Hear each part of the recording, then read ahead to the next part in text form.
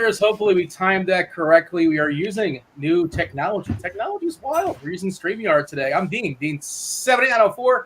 That is the daily fantasy handle that we use around the industry. Hopefully, possibly, maybe we'll see that creeping somewhere at the top of some Fanduel contests, some DK contests going down. We are here for the next 2 hours plus talking tonight's big boy, massive, whatever ads you want to use as far as describing the slate. 15 gamer, not messing around. Well, I think it's 15 gamer on DK. Pretty sure FanDuel dropped the back half of that FPL Cardinals doubleheader. They're playing game one now, or maybe it just finished. Myself, it's Tim, and it's TJ. You guys both have done some content as well, some free content. We'll drop that throughout the show. We'll kind of mention, but hey, let's shout it out now. Sure, why not? TJ, what's going on, dude? How are the greatest DFS player in all of Saskatoon? You own that, right? You'll take it. Oh, yeah. I'm not taking any of that from anybody else. I definitely locked that down in my city of 250K people. Actually, we probably got about 300K people here now. But yeah, things are going well. Like you said, got some free content out today. The Agents of Fantasy article is out just like it is every Tuesday and Friday, breaking down my top tournament pitchers, top tournament stacks.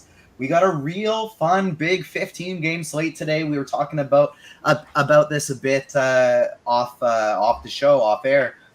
There's a lot of good offenses and a lot of really good spots today, and I think my favorite way to get off the board is with some pitching today. So I'm excited to talk about it. Every 50 likes we hit throughout the show, we're going to have another Spidey bomb that gets less and less chalky throughout the day. We're going to have a fun one. Tim, I happen to have your article. That's Tim. TJ, I happen to have your article. That I'll throw into the chat there for the old YouTube. What up, YouTube? Hit that like button. As TJ suggested, Spidey is on layaway. He's going to be woken up from his nap once we hit the 50 likes. We'll get the Spidey bombs, and we'll drop the link in the chat to your article earlier today. Tim, you also, I believe you wrote a free golf article on the old scores and odds. Is that correct? Can you confirm? Yeah, I did a little betting preview for the U.S. Open. It's U.S. Open week this week, and I'm really excited for that tournament. It's going to be a lot of fun. U.S. Open's it's that or the Masters, between my two favorite golf tournaments. As somebody that doesn't follow golf, can you give me like 30 seconds? So there's like another golf tournament going on, and the players are essentially being forced to choose. So are some of these players not playing? Is that what's happening? No, the majority of the live golfers are still playing in the U.S. Open. Some of I think right now they're still allowing them to play the majors, but for right now anyway, next year might be different. Okay, yeah. So you're going to see all the same. You're going to see all the same guys that you're used to seeing this week. Yes. You picking like outright winners and things like that? You got to win. Yeah, I picked a couple outright winners and a couple head-to-head matchups. All right. Oh, that seems like a fun way to bet. It is. Golf's a lot of fun. Golf's a good sweat. DFS or in the gambling market. I dabbled a little bit in the golf, especially like that was one of the first sports back, right? During the COVID situation, we had a lot of sports that were just not happening, and yeah, I mean, I'm one of those. Did you swear? Are you tilting right away if your guy goes like 2 over in their first hole? It's like that, and you have the automated the Twitter account. Like I think it's an RG Twitter account actually that tells you like whenever somebody shoots a bogey or the Eagles and all that good stuff. Like once I see them, I'm out. Like that's it. My guy screwed up at hole number 1. There's no climbing out of that. But it's just like if your pitcher gives up 2 home runs in the first inning, you're just like, I don't want to watch this anymore. So it's, and of course, but in golf, you have like round 2 showdown, round 3 showdown, and round 4 showdown. So you can always try to get even in PGA. Keep chasing the showdown. And like, also isn't weather like a big thing as far as golf, depending on, when the predicted weather is going down, and certain guys are morning, certain guys are afternoon. These are things that I hear on Twitter. Yeah, the AM, PM, AM wave stuff on Thursday, Friday is a big factor. So that's another thing that you can follow Kevin Roth on. He's really good at determining that stuff. And there's going to definitely be some weather this week in Brookline, Massachusetts. Speaking of weather, no precipitation issues as far as we can tell right now. Roth will be on later. We'll be on about an hour and 20 minutes or so to give you guys an update as far as what's going down. But we are expecting a lot of heat. Winds are blowing out. We got a Wrigley game today going down. If you check out the old Weather Edge tool, if you happen to have RG Premium, you probably saw us earlier. You noticed the total in that Cub game is pretty high today. Wind expected to be blowing out. 21 game sample, not a massive number, but 93 degrees, 12 miles per hour, basically the dead center. Red fire emoji, 91% bump in homers, 21 previous games with similar weather. We got the red fire emoji in St. Louis. It's Nick Lachey Day. It is 98 degrees today in St. Louis. So expect some more some homers going out there tonight. Red fire emoji there. I think there's another ballpark, several ballparks. And we'll talk about this, TJ. I want to get your landscape shot because you're talking about being a little bit different in pitchers, and I'm talking about in my head, I don't have to be that different with hitters, and I'll be different because there's 15 games. Just give me the good pitchers, and there's so much cheap stuff out there, especially on DK, that you can just make so many good lineups, and the guys aren't priced up for Wrigley as well, and plenty of good teams. Atlanta's worth considering. I know they lost to Albies. Obviously, that's a hit to them, but they're still well positioned. Your Blue Jays we'll talk about, and you can only roster so many players, and if everybody's playing, ownership can only be so high. But give me this screenshot here because 2 top pitchers, one and then another one, and then the package deal on DK is really easy. And I guess, you're probably focusing mostly on Fanduel. I'll leave that to you to talk about. But give me your screenshot because a lot going on in this slate. Yeah, definitely a lot going on the slate. And to me, that's why when I see somebody like Garrett Cole, who's going to be picking up 20-25% ownership at that high price tag, that's where I'm looking to get a little bit off the chalk a bit today. Cease, I'm kind of viewing as good chalk just because of the matchup. He's got a crazy high strikeout upside. He has been getting blown up a little bit lately, but due to the discount, I like him over Cole, and I think Cole's going to be the chalk I'm looking to get off of a little bit today. It's like you said, I don't think we're going to have to worry about ownership too much on offenses. There's so many people in great spots. And I'm looking forward to finding our places to pick and choose in this one. I'm running 150 today on FanDuel. I swear for the last week, I've had a good sweat almost every single night, and it ends with me just doubling up or getting a little bit over breaking even by the end of the night. And so I'm hoping I can finally put it together today. But we'll see. It's going to be a fun slate. I'm looking forward to diving into it. I'm curious to get what kind of stands you have on this slate because I know Twitter thinks you can get every combination, but with 150 lineups and 15 games, you still have to narrow a lot of stuff down, obviously. The toughest part I'm getting right now is I'm really trying to get in this 150. I wanted 1 to 3% Baltimore stacks and 1 to 3% Oakland stacks. Just nibble those teams in there a little bit. And lineup HQ's not giving them to me right now. So it's spitting me out a whole ton of Blue Jays. And it's not getting me enough Cubs. But other than that, I'm really liking how things are shaping up. Right it knows you well, right? It's giving you all the Blue Jays. You're not rejecting those teams, I imagine. I'm not rejecting them by any means, except I have my stack percentage as 20, and I'm getting them in 33% of my lineups right now. We have, but I'm a curiosity. Are you doing 4-4s, 4-3s, 4-2s? You're kind of splitting it up, and what right now. Strategy? Right now, I have it set up as 60% 4-4s and 40% 4-3s. But that doesn't necessarily mean it will stay. I like to go and look through the lineups as long as I have time before lock, and I'll do some adjusting from there. Yeah, and do you chop it up as far as I guess secondary stacks? It's if it's a 4-4, the first, primary stack and secondary stack is the same thing. If they're 4-4s, obviously. But just curious how you set that up because I've been messing with that more and more and just trying to figure out on occasion I'll dip my toes and run 150 or so on the late slate, just have some fun and see if that works out for me. But I'm not at that level of where you guys are at. I'm more on Tim's level, I think, as far as not to say I'm whatever. We have the similar strategy as far as we make free lineups. Is it we're firing at single entry stuff, the 3-entry max stuff. I'm playing the 121 on DK. I'm trying to beat 800 people on FanDuel. I'm playing the Grand Slam there. And but with the 88 on DK, you got to be 1,200 or something like that. Is that what we're doing tonight, Tim? Are we running the 3 entries? Yeah, I'm just running one single lineup on FanDuel and DK tonight. What are you looking at? So what's popping for you? You obviously see the same thing everybody else sees, Garrett Cole versus Tampa without their 2 best hitters. I know he gave up a bunch of homers last time out. I think 5 or 6 in Minnesota. The weather was not great for pitching. It was good for balls going out, but of course you have to hit it too. Last time out in Minnesota, but willing to forgive that. His K rate obviously is awesome. Tampa is a good team to pick on. Cease against Detroit looks great as well. Like on DK, it's really, really easy to pair those two. I mean, I assume you see those two as the two strongest pitchers, if just raw points wise. Absolutely.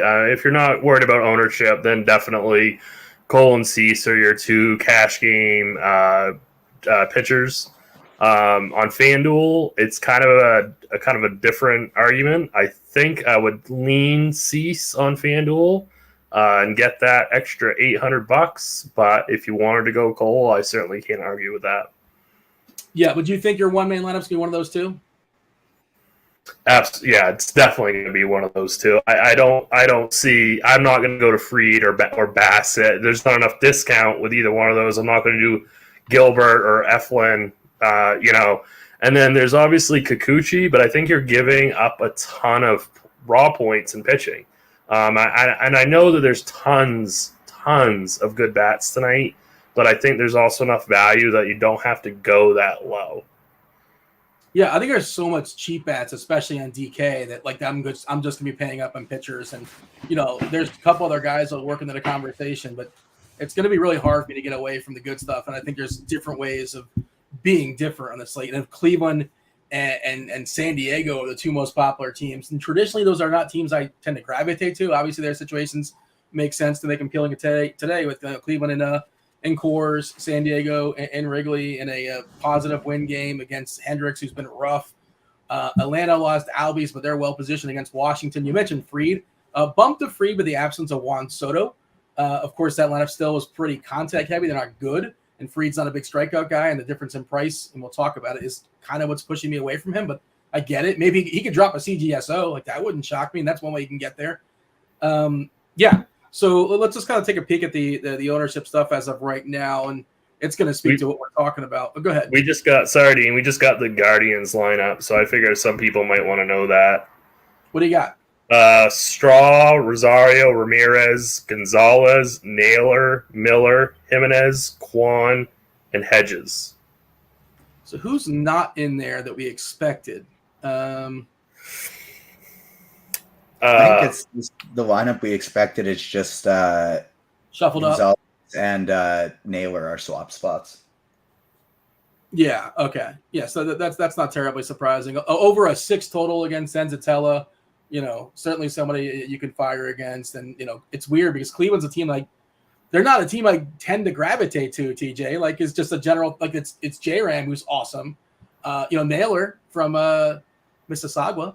He's perfectly fine. Sure.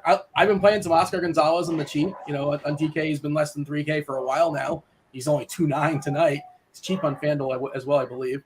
But like, I don't love playing. I know people love Kwan, but Kwan's just punch and Judy hitter, I guess you say. Is that he's fine, I suppose, but like, he's not a guy that's going to homer a couple times in theory. He's a good contact guy, but not a lot of power. Yeah. I was gonna say he's like Luis Ariz, but like Luis Ariz is just out of his mind this year, batting close to 400 on the BABIP. At least there's batting average thing is like 380 or something ridiculous like that. He's been awesome, and I'm hearing dogs, by the way. Is that producer Steve did not turn his mic off? And one of you guys have one of your dogs lurking? That's me. They were upstairs. I was hoping you wouldn't be able to get it, but yeah, I'll shut the door here. You'll probably hear mine in a second. So the one thing I found interesting is, and this is why I decided to run 150 today, is because I think it's a really, really interesting slate for tournaments. On FanDuel, Tim, when you were running through the pitchers there, you actually didn't mention my second and third highest owned pitchers. Hey, let's play the game. Okay, so who didn't we say? This is FanDuel specific, right? Yeah. Okay, so we mentioned Cole, we mentioned Cease. I think, okay. Cease is number one. Cease is number one at 17%. Okay, yeah, and then we can get behind that, obviously. Big K-Ray. He does walk a few too many guys on occasion, but whatever. He's facing Detroit. Detroit's dreadful. You're getting a meaningful difference. You can use that $800 to fall off of Cole. Fried is more expensive than Cole. He's more expensive than everybody. I feel really good about him getting a quality start. I'll give him that. But like, is he going to strike out 9 or 10? Probably not. He should be fine. But I just don't know if I want to spend that. And also Logan Gilbert's 10 too. Like, whatever. Well, let's just knock those two out. Those guys aren't your second and third most popular. I don't think. You tell me if I'm wrong. But are Nope. Fried and Gilbert in your 150 pool? Fried is, Gilbert is not. Okay. Yeah. Why not Gilbert? Just too expensive. Expensive, and yeah, there's just other guys I'd rather get to. There's expensive bats I want to pay for today, and so there's some guys that I get a slight discount on that I really like their upside. Let me ask you this, TJ. Is Bieber in your pool? He is not. He's not. Okay.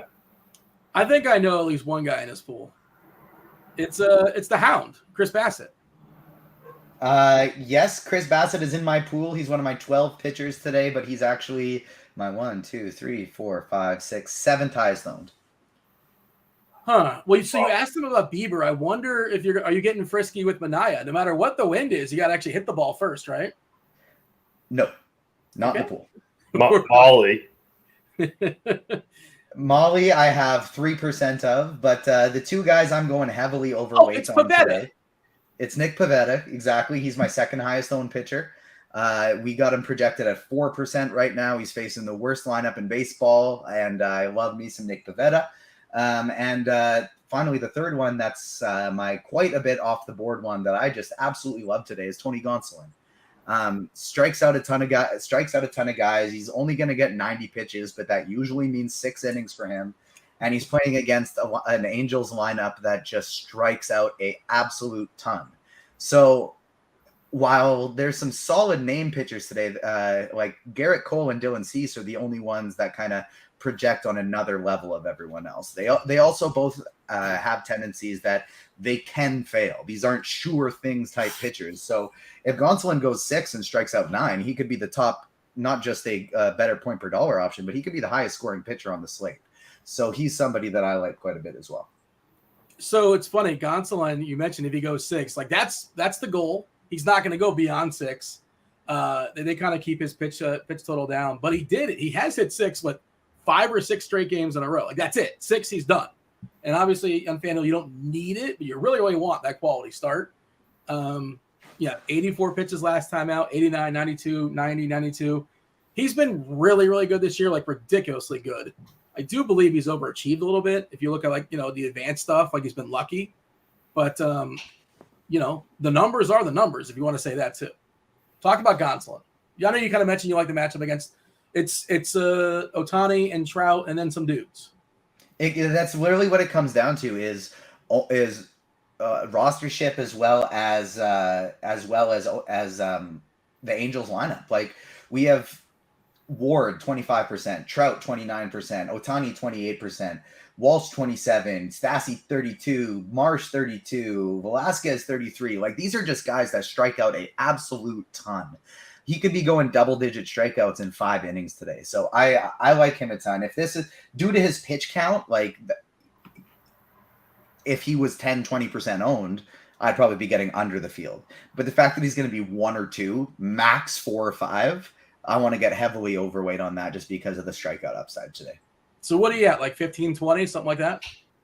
I got 11% Gonsolin today. The pitchers I'm running out in my 150, and this is the order I have them owned right now, is Cease, Pivetta, Gonsolin, Kikuchi, Trevor Rogers, Logan Webb, Chris Bassett, Garrett Cole, Max Fried, Zach Eflin, Dane Dunning, Tyler Mahle. We got Derek in chat saying that I retweeted your article, but obviously didn't read it. I did read it. I didn't read it well, apparently. You did talk about Pivetta. I take in a lot of content. I was reading. Good job, Dean. Look, this is me testing. How to support him. I gave the retweet. Like, what else do you want? I mean, you want me to leave a comment at the end of the article too? Heck yes. You could read it. You could just read it. Well, what did you do, Tim? Did you read it and you leave a comment? I didn't even know it existed. Well, do you not follow me on Twitter? Now I know, and now I'm going to read it. There you go. We're getting a lot of questions in YouTube chat about Jose Urquidy today. Yeah. I'm not interested there. Like he's a reverse splitsy guy, and the lefties in the lineup I'm afraid of. It's Corey Seager, it's Cole Calhoun, and it's Brad Miller, guys that have great ISOs against righties. So even the right-handed bats are in a better spot, and the left-handed bats are great hitters. He's got a sub 20% strikeout rate. I don't have any interest in him. And just to piggyback off that, I think right now we have him as like a 2% chance of being in the winning team on Slate IQ right now. So that's not quite good enough. Yeah, I'm not in on it either. Like, I'm not necessarily actively looking to pick on him, right? But I'm not rostering him. That's kind of where I'm at. Oh, my laptop, my computer is severely. I think it's this new program. It's slowing me down, man. So hopefully, I'm gonna power on through, and I'm not having an issue like video wise. But my laptop is slow. Hopefully, it's coming across just fine. But for me, I'm trying to I'm navigating from sites to sites, and it's not working out for me. But we'll do our best. We'll power through. The Padres, their lineup just came out. Here's what we got for y'all. Grisham is leading off. He's like 2.6 on DK. This is kind of what I mean, by the way. There's some ridiculously cheap prices. Again, Padres are in Wrigley, win game. Grisham leading off. Cronenworth, Machado, Voigt's less than 4K. Hosmer's like 2.6, which is just silly. Alfaro's in the 2s. Mazzara's in the 2s. The San Diego's lineup is so cheap on DK. You can go double barrel and get San Diego and get studs around them. Like, it's not that hard. Kim and then Azakar also is filling out the rest of that San Diego lineup. Is that kind of how you look? That's kind of how we projected it, right, Tim? More or less. Wait, who's not? Yeah, I don't think there's any big surprises with the Padres today. No, I think the biggest surprise is we got Grisham leading off and no Profar in the lineup. Yeah, I mean, Profar has been leading off, so. I'm trying to close my tabs on the fly too. Devin's telling me I have too many tabs open. How many tabs you got open right now, Tim? Yeah, my computer's quite slow right now. I have one tab open, only StreamYard, and it's working phenomenally. I don't know. Can I close the StreamYard program and still be on the? No, I don't think so. Right, and then I would just probably zap out. I imagine that's how it works. Technology. I'm still learning on the fly. But you should only have one tab open. Is that what you said, TJ? Yeah, so this is kind of how I always got it going. I got my laptop right here. That's where I build my lineups and have my research stuff. And then on my my Big Mac here, that's where I got my the Zoom, the StreamYard, whatever, so that everyone can see the background. It's nice. It keeps the internet quick. Zoom, any of the programs, they never work fast on this laptop. I think this laptop's from like 2014, so I needed the newer computer for that. All right. I mean, I got the Apple. It's like a year old. I don't know what's going on over here. I got the Florida internet, I suppose, is slowing me down for whatever reason. But hopefully, we're going to power on through. But yeah, with the new program, by the way, we're featuring comments. If it's producer Steve he's the goalie, he's the gatekeeper. If he likes your comment, he'll throw it up on the big screen and for everybody to see. So there you go. And we do want to, if your comment happens to hit the board, like you're hitting the like button anyway, but that's even more reason to encourage. Hit that like button. Hit the like. You get yourself some Spidey bombs. We want to knock them out as quickly as possible. TJ, where are we at right now? We got over 200 people watching. We're 13 likes away from our first Spidey bomb, but I think we can get at least 2 of them in here today because, we started with about 60, 70 people watching. We're already up to 210, so they're going to keep coming in as the show comes on. And, every 50 likes, we're gonna get a new Spidey bomb. Tim, let's take a look at DK. Garrett Cole, no surprise. Like, everybody's pitching, 30 pitchers. He's getting 40% ownership. Of course, got a roster too, so we're talking a total of 200%, but that's still a lot for Cole, but the price just seems a little bit too cheap. Again, it's super easy to get him with so many value hitters we'll talk about. Cease is just underpriced at 8.8. I think Bassett's kind of underpriced at 8.2. And this is like Pavetta's 8.9. Like, I don't really feel like I need to get much goofier beyond that. And again, the ownership's going to kind of condense there. 40% Cole, 36 on Cease, Bassett 20%, Webb at 15, which is whatever. Like, I don't need Logan Webb. Like, are people going to play him? I guess, sure. Eflin is fine, I guess, at 7.7. Gilbert 9.2. Pavetta 8.9. I'm surprised he's below those guys. It's pretty jammed, but what's your take there? What's interesting to you? What's kind of popping as far as our projected ownership for pitchers on DK? Yeah, I mean, honestly, if I was spreading out today and pitching, I do like Zach Eflin quite a bit, and that you don't need a bunch of expensive bats today because there is so much value. But if you wanted to get a couple more premium bats in the really good spots, like for the Guardians, then I think I like Zach Eflin quite a bit today. I'm not huge on Chris Bassett, but I mean, if you want to be part of the your player pool, that's fine. I prefer Eflin. Logan Webb doesn't strike out a lot of guys, but he's still a really good real life pitcher and a really good matchup. So I think I wouldn't ignore him. But honestly, if I was making say like 50 teams on DK, it's all about if I how overweight I want to be on Cease. Honestly, I think I would just try to get all in on Cease if I was making like 20 teams, 50 teams tonight. The argument for Bassett, like he's got one of the longest leashes in all of baseball. Last I checked, I think he was top 4 or top 5 as far as pitches thrown per game. The matchup against Milwaukee, there's a lot of strikeouts in this lineup, 23.5% specifically against righties this season. At the top, Yelich is striking out plenty, almost 26%. Adames at almost 28%. Most of it in the red. If you pull up the plate IQ, only one guy, the one that strikes out the least, is Navarez at 19.6%. Just not a contact-heavy lineup. And all throughout, like Taylor at the bottoms in the 20s. Good ballpark to pitch in as well. Pretty good Ks, 25.3%. So, and his price isn't crazy. So I think he's fine. He's not sexy, right? Bassett's not sexy, but he's going to get the job done. He's probably not the reason why you win, but he's also probably not the reason why you lose. I don't know. He's going to be the third highest owned pitcher. So, I mean, I think that's important to keep in mind. Okay. It's just, I mean, he's not bad. I don't think I'd get too crazy with him. TJ, I think you said he was in your pool. Where do you have him in your power rankings amongst your top 12? Bassett, that is. On Fanduel, probably about 5th or 6th. The other person on DK, though, that we haven't mentioned at all that I think has way too cheap of a price tag is Trevor Rogers. He struggled really when he started the year coming back. He's been pitching a little bit better lately. He's got a good strikeout rate. He's somebody that I'm interested in on DraftKings. Tim, Trevor Rogers, did TJ sell you? I don't think I'm going there. But I'm not making 150. If I was making 150, if you're making 150, I definitely would have him in the pool. I mean, I think he's going to be like 1 or 2% owned. So, I mean, you don't have to like ruin your portfolio with him. I think he's viable in a 150 build. Like plenty of power, obviously in that Philadelphia lineup, but there are a good amount of Ks. Baum is back today. Castellanos is back today versus the righty. Vierling kind of stinks. We know about Schwarber, ridiculous power, but he will strike out a bunch versus lefties.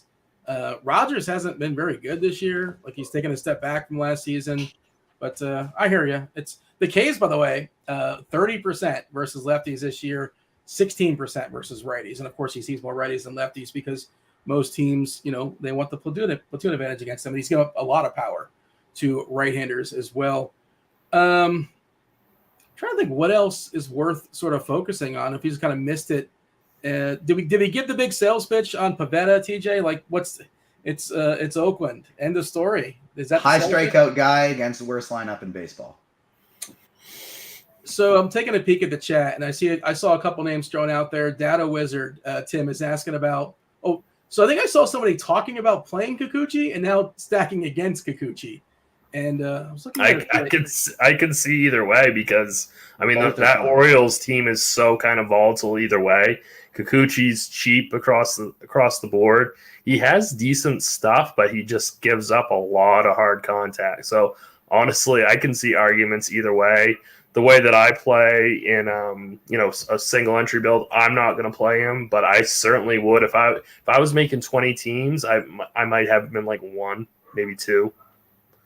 He has such a quick hook too. Like TJ, I'm sure you know this as a Toronto fan. I think last time out, was he hit by a comebacker? So we'll throw that one out. I think that's what happened. Am I wrong in saying that? Or he just walked 4 guys and got hooked. Is that what happened? That might have been it. He did not make it out of the first inning. Three earned runs. So much depends on kind of how they've been doing with or without him lately, and so their bullpen is not good. It's top heavy, and it gets very bad after that. So what they've been doing a bit more this year is running him after Manoah, so that because typically Manoah runs up a ton of innings, and you got some bullpen guys there for Kikuchi afterwards. But Manoah only went 6 innings yesterday. He only pitched 85 pitches, and they got a bit more into the bullpen. But they also didn't need to use some of their stronger guys. So Kikuchi gets a tight leash. when they have bullpen guys available, and they stretch him out a little more when they do not. I don't know which one is going to be the case today, but it's really about if he's rolling, he keeps going. But if he starts getting those walks, that's when he gets cut out quick. So you're not playing him hoping he gets 10, 12, 13, 14 points and as your safe play. You're playing him in a tournament hoping he could maybe explode. So I like the idea of playing Kikuchi, and I like the idea of stacking Baltimore. I think you go both sides on that one, but they're both strictly tournament plays. My issue is the 8K on DK. It's just not a meeting. Yeah, you don't play him on DK. He's a FanDuel only for me. Okay, what is he on FanDuel? So on FanDuel, Kikuchi he's 73, I think. 73 on FanDuel. Okay. Yeah. But he's also another guy. It's just like, very unlikely he gets to 6 innings. Possible, but unlikely. Right? Give me a percentage, TJ. See, I'd almost rather play him on DK. I don't think I want to play him. But that's not me opening a soda. The chat thinks I opened a soda. That's not No, that was me. That was me. Sorry, everybody. No, that's fine. For the ASMR fans out there. Is that just vocal? I don't know. That's not my thing. But is that all sounds? I'm not sure. But yeah, tell me why you'd rather play Kikuchi on DK. I just rather not play him. That's sort of my I mean that's fine too. But I mean, I don't know if on a one pitcher site that I want to have my night depending on Kikuchi, even in like a 150 setting. But I wouldn't mind having like a little bit of a sprinkle of him on DK. I don't know. That's just my lean. We got Carty on later. Check out the bat. I mean, I'm curious what he has Kikuchi projected for as far as outs tonight or innings. He has like a median projection. I'm curious where he's at on that. The only reason I'd rather Kikuchi on FanDuel, just in terms of the price as well, is it's kind of like I said, if I'm single entrying cash, those type of things, absolutely not, because he's not safe. But this is a guy who strikes out 25% of batters, and he's facing a team that their righties strike out 27% of the time against left-handed batters. So if he is rolling and gets 6, those 6 innings could come with 9 strikeouts, something like that. So that's why I have some interest in him in tournaments. Let's see, 90 pitches is kind of the projection. He's got him for a little bit over 5 innings. So, all right, 5.38. Want to get all technical? Yesterday there was some they're talking about Bill Miller being the home plate umpire, and at the start of the series, a lot of times the umpire placements get swapped at the last minute. That's what happened last night. But tonight, Bill Miller will be behind home plate in let's see, for Dylan Cease, by the way. I mean, I don't know how much you care about that, Tim. Obviously, that's a bump. He's an extreme pitcher's umpire for whatever that's worth. We already like him as is. I assume you weren't even factoring that in, but now you like him even like incrementally more, I suppose.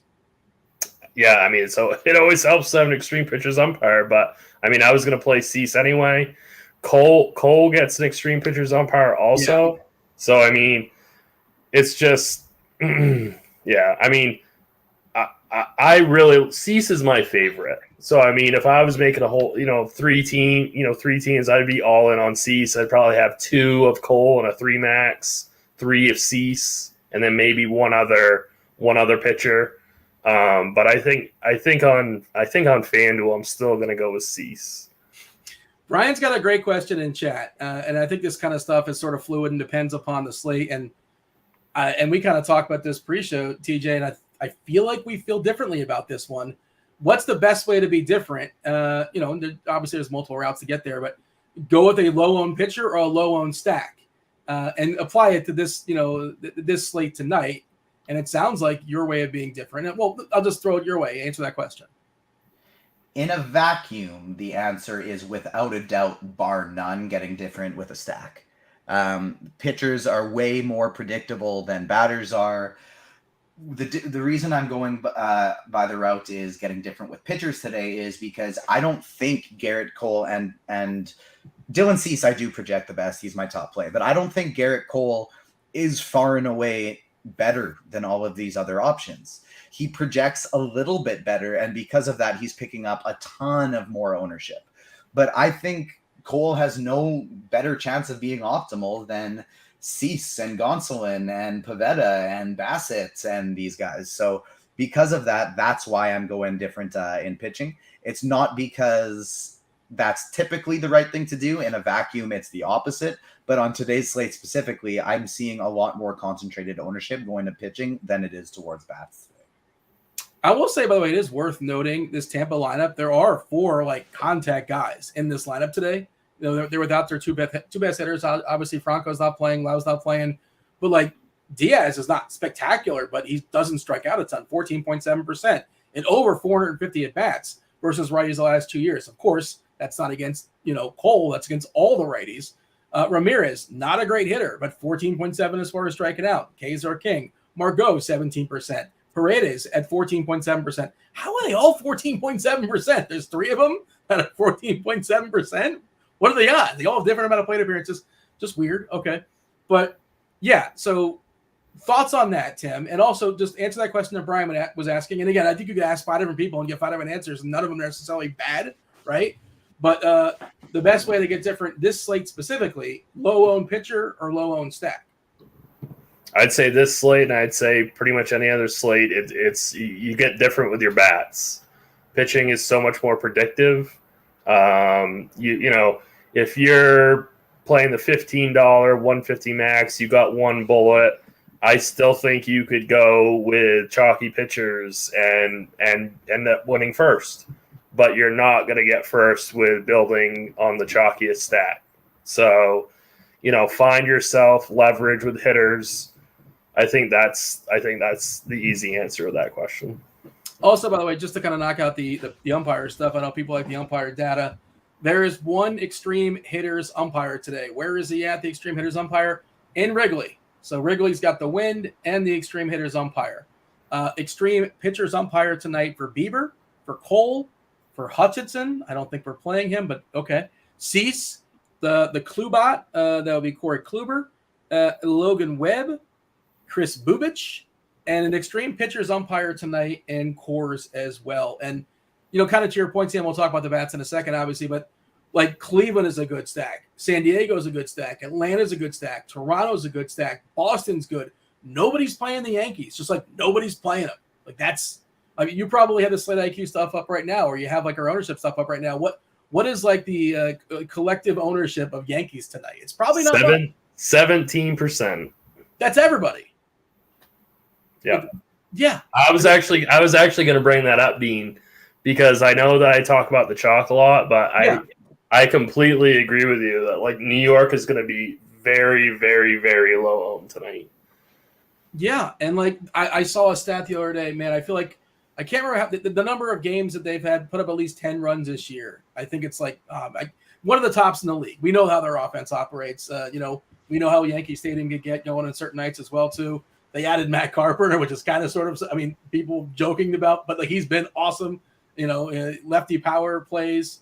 Rizzo, Stanton, Torres back in the lineup. Of course, Judge, I'm bearing the lead there.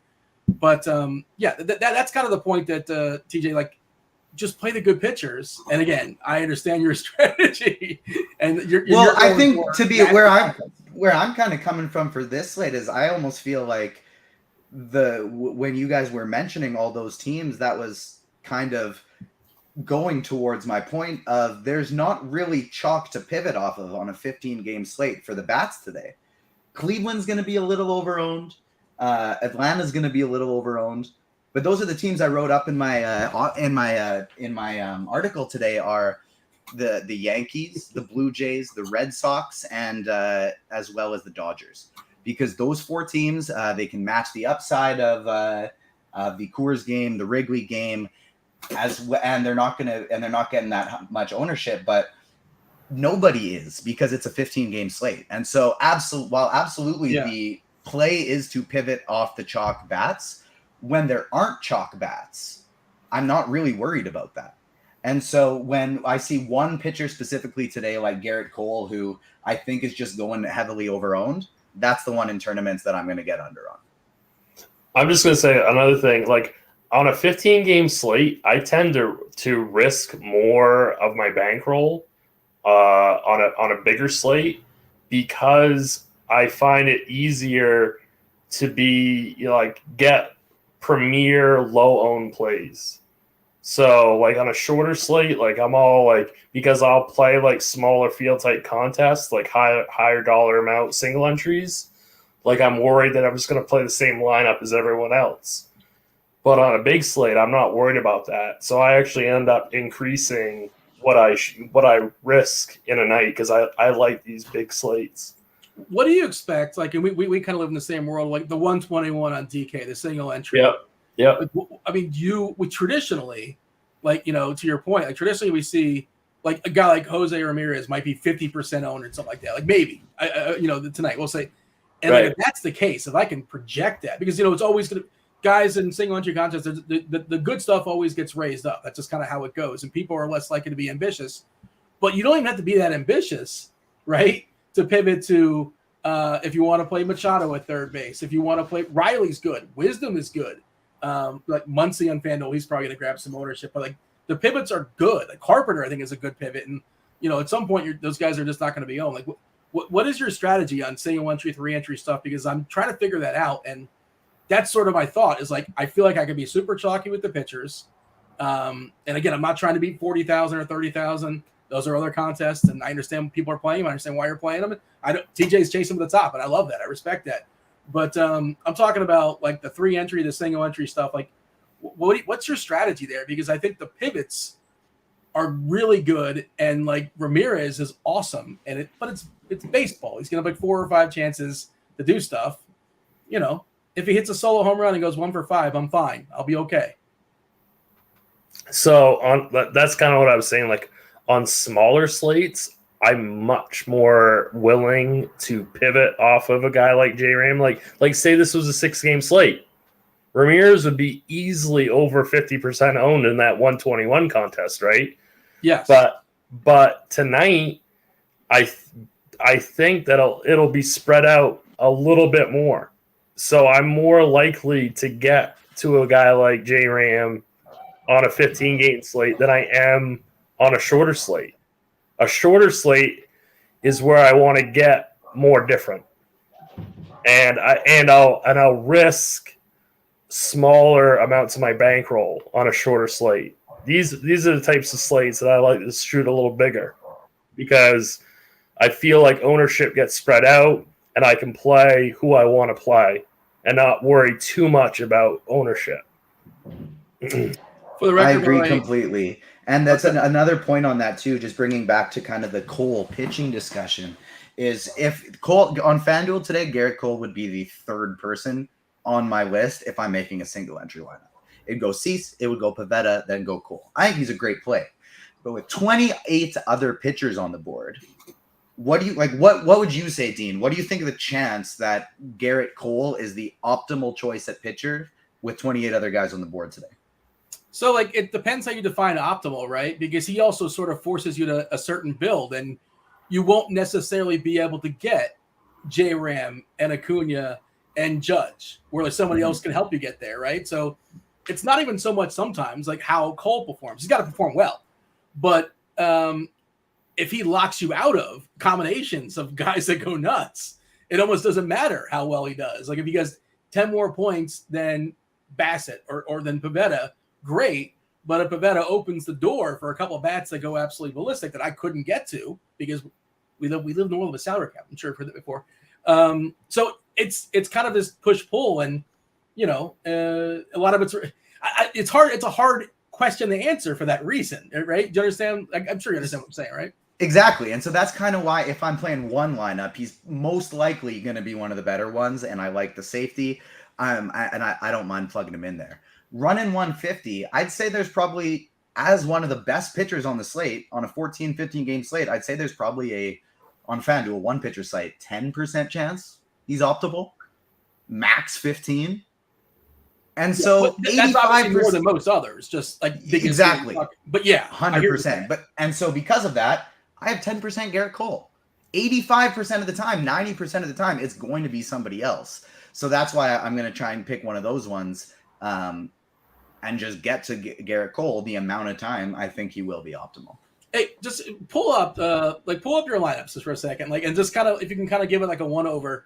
How much better do you like your collection of hitters in your Pivetta lineups as opposed to your collection of hitters in your Cole lineups? Is it drastic enough for you? Like, is that what's making it different? I mean, obviously, you're getting probably 2 more hitters essentially, if you want to rate it that way. You understand the question I'm asking, right?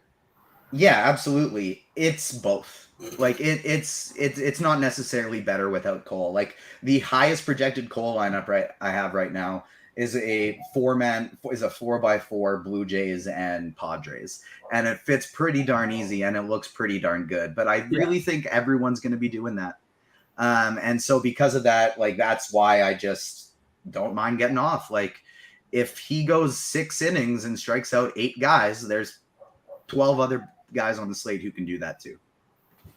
Yeah, T from LOC, and how else to describe optimal? Because like Tim, you could be the highest scoring pitcher, but you could also not be optimal because of your price, right? So I don't know how to. It's a tricky conversation to have. Like if Cole outscores 3 other guys by 3 points, but those guys were 3K less, whatever. But now if all the 3K guys that you sort of like that makes sense to play with Cole, if those guys go nuts, then all right, then the Cole lineups are going to go crazy. It's just sort of, and then I don't know how to sort of quantify that, especially before the slate starts.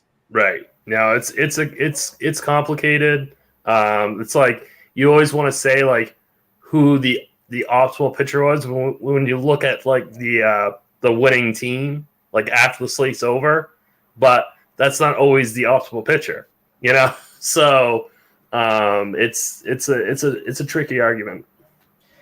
We do have over 50 likes, though, so before we get into bats here, it might as well be time to talk about a Spidey bomb today. As you know, they get less chalky as we go on. Every 50 likes, we'll hit a new one. So hit the like button. As soon as we get up to 100, we're going to get our second one. But so the interesting thing today, I'm not even the most confident about it being a home run, but this is just truly my favorite one-off play of the entire day. Home run point. And so I'm going for it because I think there's a good chance he could hit the home run anyways. He's been hitting the ball well. But number one, the first Spidey bomb today, Spidey supports it. It's Trey Turner. Noah Syndergaard, there's no one in baseball are worse at giving up steals than Noah Syndergaard is. There's probably no one faster than Trey Turner. If he gets on base, he's going to steal at least one every time he goes out there, and he's got power. Syndergaard hasn't been himself. He's clearly taken a step back. So yeah, Trey Turner is Spidey bomb number 1. I love him as a one-off today. Did you bet him to get a steal today, Dean? I did not, but I may have bet on Freddie Freeman at 13-1, who has 5 stolen bases this season, which was surprising. That's pretty cool, Dean. That's it. That's interesting. That's a good one. Yep. 13-1, man. Like that's pretty good. Syndergaard is really, really bad at holding on runners, and I completely agree. Like, or if bets, like they can have a good time if those guys get on base. They're going the first or second pitch, and there's just nothing you can do. There's nothing a catcher can do. It's just that Syndergaard takes too long getting the home plate. These guys are too fast, and it's just math. That's all it is. It's a math problem. And it's just they're going to beat it every single time, and that's just how it's going to go down. And for whatever reason, he's had this problem for a long time, never fixed it. And I love it. And the Dodgers, by the way, you know how TJ, I was running down a bunch of teams before, and I was talking about, nobody's playing the Yankees, nobody's playing the Dodgers. Dodgers unplayed. And I as it stands right now, the Trey Turner is my highest owned player. I love it. Well, what are you doing with that Muncie 2.7K on Fanduel? You're probably going to have some because you can't really ignore it, I guess. Yeah, I got 14% Muncie right now. As it stands right now, Detroit. The Dodgers are my 3rd highest owned stack. It goes, someone in the chat, they were asking us to rank our favorite stacks of the day. For me, in my most recent build, the exposure goes Toronto, Cleveland, Dodgers, Padres, Red Sox, Yankees, Rockies, Braves, Cubs. What about you, Tim, as we kind of bleed into the hitters? Did you like that list? And anything kind of stand out to you? Was somebody missing? I'll give our consensus in a second. I didn't hear all of it. Did he say the Yankees?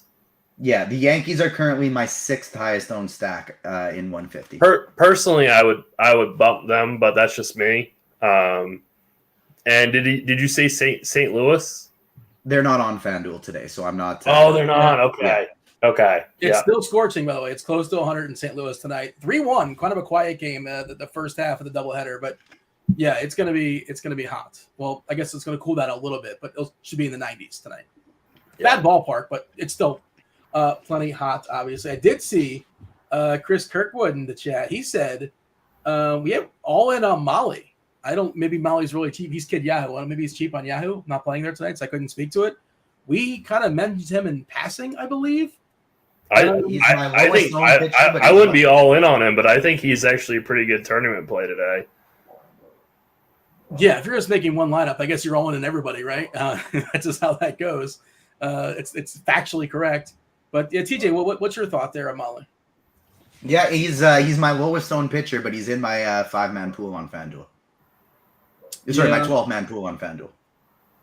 I'm not saying it's terrible. I'm fine with it, sure. But he's not my top guy, obviously. I don't think. Let's pull up our rankings. Did he crack the rankings today? Well, I mean, Kirkwood did the rankings. Myself, Grant, STL Cards. Shout out to STL Cards, by the way. It's his birthday. If you guys read the Covering the Bases article, he had a nice little opening talking about. That was a really good article by him. Yeah. I tweeted it out. You don't have to be a premium member. I thought the people should see it, and I thought the people should wish him happy birthday. Maybe for his birthday, he's going to get 2 wins from his precious Cardinals. He already got one on layaway. But this isn't me shamelessly plugging my Twitter, but go to my Twitter and read the opening. It's really nice. Talks about how you actually read that article, Dean. I do. Well, I just read the first part, and then I. Oh, okay. I did read TJ's article. I did not read your golf article. I will. I know you didn't. You didn't read any of my hockey ones either. So because you hate the Panthers, and I can't. Well, wasn't I right though, Dean? Scoreboard. I don't want to talk about it, but it was a good run. I'll go ahead. You know what? Synergy. I'm a big fan of Synergy. We'll drop your article in chat one more time for the people. If you're betting golf, you're in the proper state. Free scores and odds article. That is a premium product, but the article is free today. If you want to test it out, you get a 3-day free trial. Go to Rotogrinders.com. There is a banner for that. And, of course, TJ, I believe he's dropped his article as well in the chat to check out his it's something to do with the merging of the worlds of both Agents of Fantasy. Yeah, because you have Agents of Fandom as your site. It's my website, yeah. Yeah. I've only knocked out one episode of The Boys. I got to knock out a couple more, but that's a wild show. Did you ever get a chance? I know you're talking about potentially interviewing some of the cast. Did that ever happen? Did it ever go down? Unfortunately, Amazon's been just playing with us a little bit. They invite us to press days, and then they tell us it's full right before it happens. And so not yet, hopefully next season, but we do got some fun Disney Marvel-related interviews coming up. You're a big fan of that Mrs. Marvel or Mrs. something? Ms. Marvel. It's a great show. Yeah, great show. Okay. I never heard. Is that only one episode out so far, but it's fantastic. Yeah. Is that like a brand new character, or is that something that's been around for a long time? I'm not aware of Mrs. Marvel. I believe 2014 she was created. 2014 or 2016, one of the two. So she is relatively new. Yeah, this is her first time in anything live action. She's been featured in games and animation and comics, but this is first time anything live action. Gonna go around the horn, give our favorite plays position by position. Before we do that, I did promise to give our consensus rankings as far as the stacks today. It's like kind of what TJ was talking about. Cleveland's number 1, San Diego number 2, then Atlanta, then Toronto. Then the Cubbies, a little bit of love to the Cubbies. To be fair, only one person ranked them, but ranked them pretty high. They're hitting baseballs in Wrigley as well, theoretically. San Francisco on the board, the White Sox, Boston, and the Yankees. And I'm sorry, Tim, is that kind of sort of where you're at? Is there anything we're missing? Cleveland, San Diego, Atlanta, Toronto, Chicago, San Fran, White Sox, Boston, Yankees. Is that about right? No Cardinals, which is kind of surprising, but no love at all. Don't forget about TJ's Dodgers too. Yeah, everybody's playing, and that's just how it's going to go down. Like you're going to get people take the Twitter victory. I can't believe this guy was 2% owned. Well, do you understand math? Why can't you believe it? You should believe it. The Dodgers and the Yankees tonight, I think are going to be just microscopic owned, just single digits. We don't have them having a great smash percentage, but I'd take that with a grain of salt because there's just so many games tonight. So if Cleveland fails, Toronto fails, Padres fail, like it could happen. Dodgers and Yankees are going to be right there at the top. So I think they make for just spectacular GPP plays.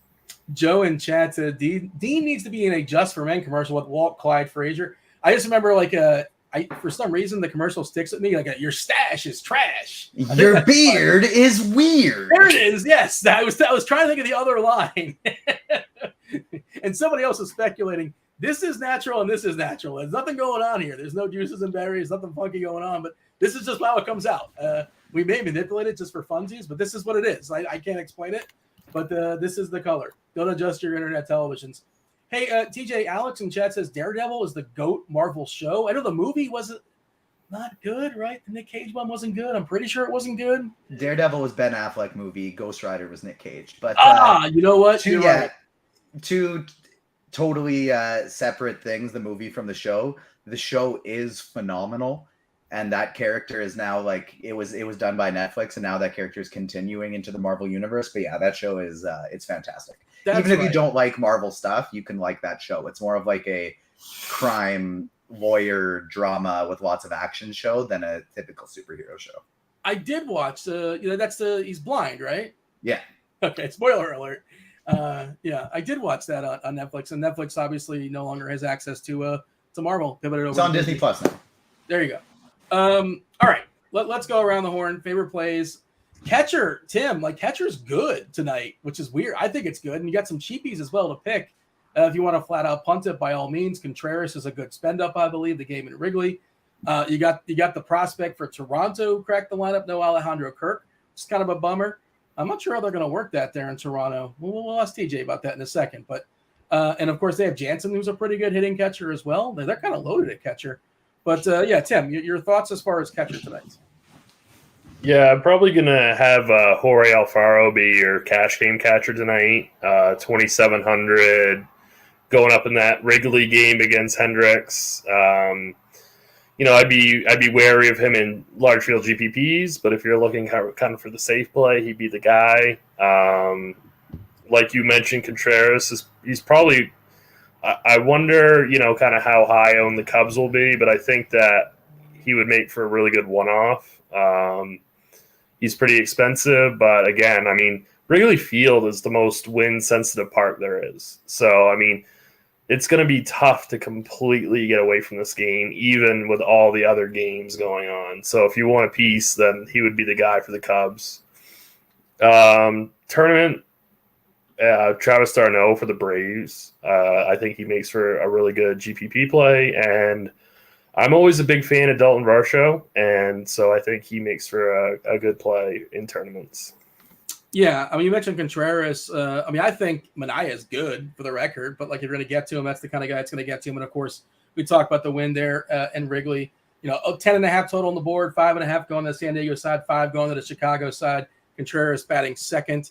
What's your thoughts? Feel free to give your thoughts as far as catcher. Of course, you don't have to roster him, TJ, but I think there's catchers to roster tonight on Fanduel. And how good is this Toronto prospect, Moreno? He's 2.2 on DK. I believe he's stone minimum. I think he's 2K on Fanduel. 2K on Fanduel, not the same as 2K on DK. Not as usable, but usable for sure.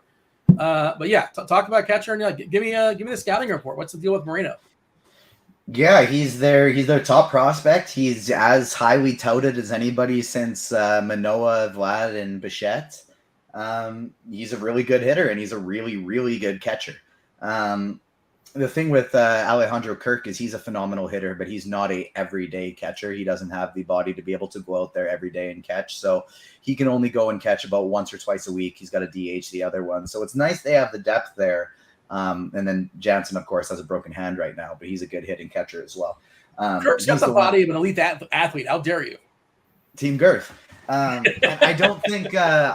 think Jansen's probably going to be the one they'll dangle for trades for some more pitchers or an outfielder. But on FanDuel, I'm rostering Contreras. I'm rostering Will Smith. A couple other guys just maybe in stacks. On DraftKings, it's Contreras and Will Smith up top, and then Moreno and Adley Rutschman are the two punts that I like. By the way, Dodger lineup just came out. Betts, Freeman, Trey, Muncy, Smith, Justin Turner, Bellinger, Taylor, Lux batting ninth. So TJ, first base is We just got the Cardinals lineup too. how is it? There's no Arenado and there's no Tyler O'Neill, which takes Tyler O'Neill was a really good value piece, so he is off the board. Back half of the doubleheader. Yeah. Let's see. Who's in, I guess Edmonds probably in the lineup because he didn't play. Yeah, Edmund, Donovan, Goldie, Gorman, Yepez, Carlson, Pujols, Bader, and Nizer. Okay, noted. That's a little weak. What is it? Does that downgrade the Cardinals for you? I presume it does to some degree. Yeah, I mean, Arenado O'Neill's kind of a big hole there.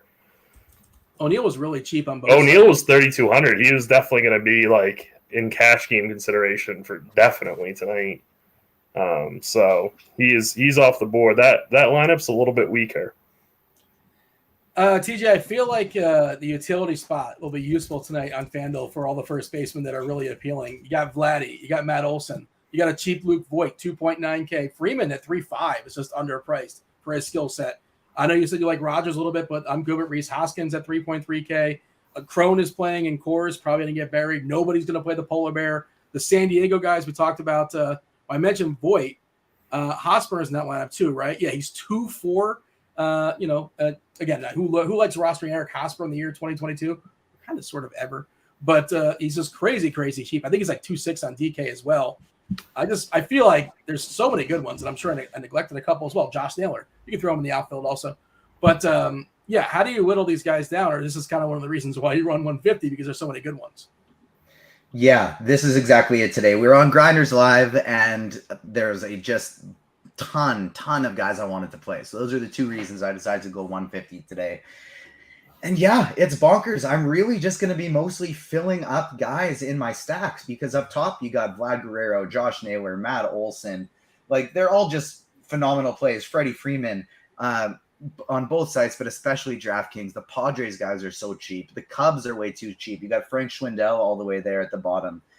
There's just an unbelievable amount of options today. There's some guys like and you know what, to be honest, this keeps happening every time I try and run lineup HQ for both DraftKings and FanDuel. One of them crashes. So I'm going to keep handling FanDuel and let him handle DraftKings if that's cool. Yeah, this first base and outfield, I wouldn't be surprised if almost all of my utility positions on FanDuel are coming from there. Tim, you feel the same way. You're playing over there on DK, and again, Voigt's really cheap at 3.4. Hosmer's really cheap at 2.6. Obviously, you can spend up on Vladdy at 5.4. Olson's got a good price at 4.5. Nice ballpark as well. You know, it's loaded, man. You can't miss. You can't miss at first. I feel like you can't miss, but you better not miss because there's going to be a lot of points scored in this position tonight. So, you know, it's going to be really tough. This position is absolutely loaded. I don't mind punting with Frank Schwindel on either site. I did want to make one note on FanDuel. Like, I don't mind like Jose Abreu at 2,900. Yeah, I'd almost prefer him as like a pivot off of Luke Voigt. You know, like I know that this, you know, the Padres are going to be super popular. I just don't know how crazy I am about playing a chalky Luke Voigt. So even in a single entry type build. So I'd almost rather play Hosmer, but I'm not sure. I don't know. Don't hold me to that take. But yeah, I do like Schwindel quite a bit. I like Abreu on FanDuel. And then obviously if you want to pay up, you know, Vlad is probably your guy tonight on both sites. Yeah. And again, like I talked about Alonso, he's going to be like 1 or 2% owned tonight. Like that's just how it's going to go. And, you know, if you're running 150, well, you are. I'm curious. Did you get like 5% Alonso? He's in your pool. If anything, is a one-off, right? It's got to be. Yeah, I have a few Met stacks in there as well, and I definitely have Alonso. I'm making a new build right now, so we'll see how much I get of him. But in the min-max exposure setting I have right now, I'm trying to get 5 to 10% Alonso. All right, let's jump. It's a second base, Tim. We're expecting, India's back in the lineup. He's been out for a long time. I believe he was Rookie of the Year last year, I want to say, and kind of a weak year for rookies for Cincinnati, leading off tonight in Arizona. I have first base clicked too. I'm like, why is Hosmer showing up? Yeah. Is Gorman in the lineup for St. Louis? I know you ran it off there, Tim. Yeah. Is he back? Yeah. Okay. He's in. Yeah. So who do you like as far as, of course, you want to spend up on Edmund, by all means, go for it. 5.4K. Seems a little bit overpriced, but, Biggio is a cheapie if you want to go downstairs, but it's obviously not as strong as first. What's your take at second base? Well, I wouldn't mind getting to, Brandon Donovan, 2,800 on DK, batting second. I think that might be your cash game play today. It's tough. Christopher Morale, 4,400. He's decent play. Gorman again. But I think I'd rather save the money with Donovan, unless you're obviously stacking. But I think I'd rather go down to Donovan. I think Edmonds too expensive. He's too expensive for cash games. He's too expensive to one-off. So he's an only in stacks guy for me. India's okay. See in chat, 13 more likes. My UCF math tells me we're probably 87 likes because 13 more would get us to 100. And 100 would mean that'll be the second Spidey bomb from Spider-Man who's hanging out there with TJ. So, Spidey, give him a nudge. He's got to be ready to go. I imagine we're going to knock out those likes in just a second and tell us who you like at second base. So at second base on DraftKings, I really, really like Christopher Morel. On FanDuel, it's mostly going to be a spot where I am just completing my stacks. That's my favorite feature in all of Lineup HQ is that little only in stack tab that we have right between the minimum exposure and the lock button. That little check mark is my favorite thing that we have in Lineup HQ. And the only players in my pool right now that I don't have that checked at second base are Jake Cronenworth, Jazz Chisholm, Trevor Story, and then all the way at the bottom on FanDuel is Rob Rev Snyder. Rev Snyder, I think, is probably the guy I'd go to for cash games if I'd probably want to save salary there instead of going up to Cronenworth. Cronenworth would be number 2 for me. In tournaments, I absolutely love Jazz and Trevor Story. Oh, yeah. Love it. I personally think Muncie's the cash game second baseman. On DK or on FanDuel? On FanDuel. FanDuel, yeah. On FanDuel. Yeah, okay. On FanDuel, that's fine too. I rank Muncie third. I'm sorry. I thought he was talking about FanDuel. No, so I was. You're absolutely right. I personally have Muncie third among my second basemen behind Rev Snyder and Cronenworth, but point per dollar projection wise, I don't mind going Muncie in cash at all. I think that's a great play. Rev Snyder leading off today versus Oakland. He's not very good though, right? Obviously, he's cheap and, salary cap reasons, whatever. But he's not good. He doesn't hit homers. That's kind of a problem, right? But he's cheap. Well, yeah, we got some good wind. We got some heat. It's at Fenway. He's leading off. I like it. I don't just lead off Devers. What's the point? You go lead off Story. Why Story not leading off with this team? Doesn't make any sense. That's the guy who should be leading off. All right, TJ, knock out third base. So it's Jose Ramirez is by far the top option. He's the highest projected play on the slate. He's going to be the highest owned player on today's slate. So if you're playing him, find a couple ways to get a little bit different. One of the other best plays on the slate is also at third base, Manny Machado in that wind game and heat game in Wrigley. Both of them are phenomenal up top. Muncie is somebody you can play at third as well, but I'd way rather play him at second base today. You got Devers, you got Riley, you got Patrick Wisdom in a high upside spot. Those are all going to be my top guys at the position, but there are some other guys in tournaments I'm interested in getting to as well. Matt Carpenter on FanDuel, Kevin Biggio. I've been loving stacking the bottom of the Toronto lineup lately, and it's been going really well for me. Lourdes Gurriel's hitting the ball so well. Biggio's hitting the ball great. Chapman's hitting the ball great. So Chapman and Biggio are two guys that I like playing at third base here as well for the Blue Jays. Yeah, Chapman back. He was dealing with that wrist. Biggio is at home, and he's buried in the 9-hole, which is like the worst possible place to be in. But he's super cheap, a part of a good stack, and he has been hitting better since coming back from they threw him down in the minors, right? So he was hurt for a while, and then he came back, and he was just not swinging the ball well at all. It was a shoulder thing. Came back this year, still wasn't great. And I was watching the game yesterday, and Montoyo, their manager, made a great point. And the thing with him was he came back from injury and he was struggling in a great offense, so he just kept getting subbed out and he wasn't getting the reps. They put him down to the minors, and he finally got to play every day. And Biggio's thing is like he's just the most patient guy ever. He'll hit 220, but his on-base percentage will be 340 because he walks all the time, and then when he hits it hard.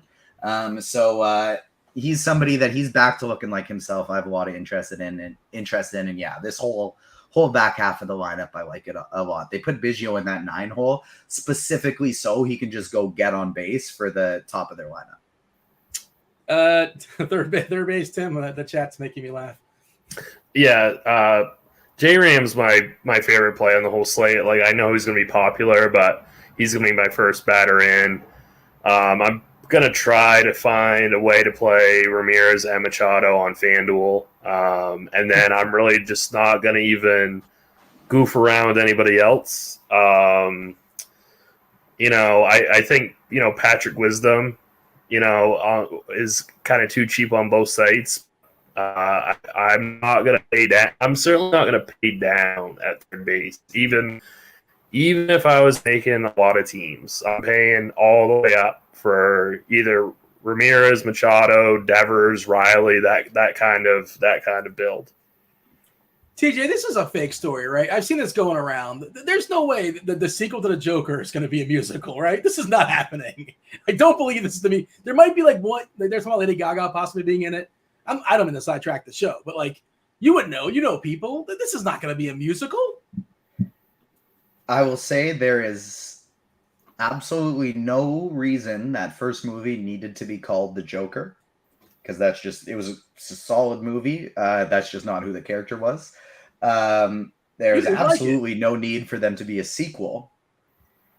And I am way more interested now that it is a real thing, knowing it's going to be a Joaquin Phoenix, Lady Gaga, Joker, and Harley Quinn musical.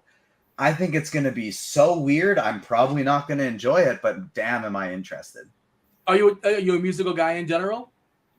Off and on. I love Tick, Tick, Boom. If you've never seen Tick, Tick, Boom, that's one of my favorite movies. But not I don't seek them out. But if the music's good, it enhances it for me. Yeah, I mean, I just can't imagine it's a full-fledged. There's probably going to be whatever. Who knows? We'll see. But it's early speculation and rumors and all that. And if Lady Gaga's in it, she'll probably. That is a real thing. It's going to be a musical. But there's different interpretations of, right? It's not going to be full-fledged. Well, we'll see. Well, maybe I'll be wrong. I just don't want. I just don't want it to be a musical. You can have a number or two, I suppose, but not it's not Little Shop of Horrors all of a sudden. We got lots of people asking in chat for the second Spidey bomb today, so we're gonna let that rip. I'm torn between two, so hopefully we can hit 150 likes before the crunch time guys come in. I think we got almost 400 people watching, so I want to announce the third one because I like this one as well. But second one, Trevor Story today is going to be hitting a home run for the Boston Red Sox. I like it. Let's knock out. He was a shortstop at once upon a time, right? Shortstop, Tim, what do you have for me? If you have the salary, it's Trey Turner, but I don't think you can really get up to him unless you're just, paying down at pitching, stacking Dodgers. I think for me, it's going to be Ahmad Rosario. He's 2,900 on FanDuel. I think he's 41 on DK. So I think he's going to be my primary shortstop. If you don't want to do that, I mean, I really like Dansby Swanson. I like this Braves team today. So I think they're going to be lower owned than they should be. So I think that he makes for a good tournament play. Xander, Story on FanDuel. I think that would be a good play too. Tim, say I have the almanac. Say I got the Magic 8 Ball. Well, Magic 8 Ball just answers yes or no questions. There's no numbers involved. I got the almanac, right? And I can tell you, in the stuff you're going to be playing, the single entry, the 3-entry max, J-Ram's going to be 40% owned. 40%, no more, no less. Do you play him? I think your internet cut out, Dean. Did it? Yeah. Oh, okay. Can you repeat that? I can. Yeah. I was saying, say I have the almanac, right? I got the almanac. I know the ownership. I can tell you in the single entry contest, the 3-entry max contest tonight, J-Ram, Jose Ramirez is going to be 40% owned. No more, no less. Do you play him? I think so. Generally, if you're going to say a player X is going to be 40% owned in a certain, in a single entry, I would say no. But I really feel firmly about him tonight, so I am going to play him regardless. But generally speaking, that I probably wouldn't. Yeah, that's kind of how I feel too. I don't know if that makes sense, but I understand. Well, I mean, you're getting one of the best hitters in baseball. I just think that I really want one of the best hitters in baseball in the best park in baseball against one of the worst strikeout pitchers in baseball. Like everything kind of lines up for him tonight. So even if he's going to be, in my stuff, maybe even higher than 40, I don't know, but I'm going to eat that tonight. We got Chief Meteorologist Kevin Roth joining us in about 5 minutes or so, telling you what's going on weather-wise. You got SquirrelPatrol, who's been to like 20 live finals, give or take. DerekCarty, see you in the bat as well, taking you guys straight up to lock. Do with that like button if you guys are hanging out in the chat. Quickly, TJ, shortstops, what do you got for me? Yeah, a lot of the same guys there. My most owned players today at the shortstop position. And that's a perfect time for lineup HQ to freeze on me. You'll love to see it. We have technical issues? But a lot of the same ones there. I'll go off the top. I'll go off the cuff here. We're on the shortstop position there on the screen. Bo Bichette, Andre Jimenez, Xander Bogaerts are all guys I love. My top owned up at the position by far is Trey Turner. He is tied for my highest owned player on the slate. I absolutely love him today. Whether it's in a stack or just by himself, Trey Turner is my top play at the position. All right, let's jump to the outfield, TJ. Just a plethora, just so many good options, obviously. You can go low and save some salary with a guy like Mazzara, still minimum in DK. Probably some pinch hit risk if a lefty comes in for what it's worth, but plenty of power still in that stick. Oscar Gonzalez batting cleanup and cores at 2.9. He's a power hitter. Like ridiculous. Grisham leading off and Wrigley at 2.6K. Again, and of course you can spend up on Acuna. You can spend up on Springer. You can go all different routes. So some of your favorite routes to go as far as outfielders, TJ, what do you have for me? Yeah, so in terms of the chalky guys I love Josh Naylor, George Springer, Teoscar Hernandez, Trent Grisham, all fantastic plays. One of my favorite tournament options is going to be Mookie Betts. But I also love a Charlie Blackmon, Aaron Judge, Ronald Acuna. I'm getting a lot of one-offs in these in the outfield position today. That's where most of my one-offs are going to be. There are guys out there like Yordan Alvarez who isn't going to be picking up any ownership, but he's in a phenomenal spot. Dunning struggles against lefties. So this is you can play every single one of your utility positions at FanDuel today at outfield and first base. You can just load them all up there, and that wouldn't be a bad call, I don't think. I like Tim's idea of I don't know if it's being different, but as far as lineup construction of just playing both Manny and J-Ram. I was just gonna say that. I don't think TJ. Yeah, and third base. Yeah, that's a good call. Yeah, I want to play double third baseman today. Yeah, that's a great call. Third base, outfield, and first base. Yeah. Tim, what do you have as far as outfield? Well, I don't know what Teoscar Hernandez did to the FanDuel people, but he should be your cash game lineups for sure. Trent Grisham also. I really like TJ's call on the Dodgers, like Mookie. He might be my premium spend if I can get a one-off expensive bat. I haven't started making my team on FanDuel yet, but he probably would be the guy because what a combination of speed and power in that matchup. So I might, and he's a little bit cheaper than, at least on FanDuel, he's cheaper than Trout, Acuna, Ohtani, and Judge. So you get a little savings there.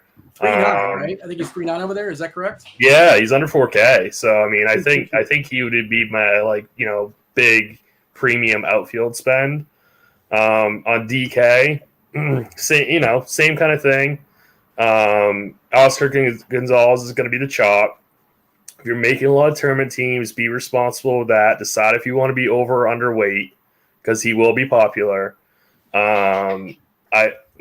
It's just it's Cleveland, it's Toronto, and it's the Dodgers.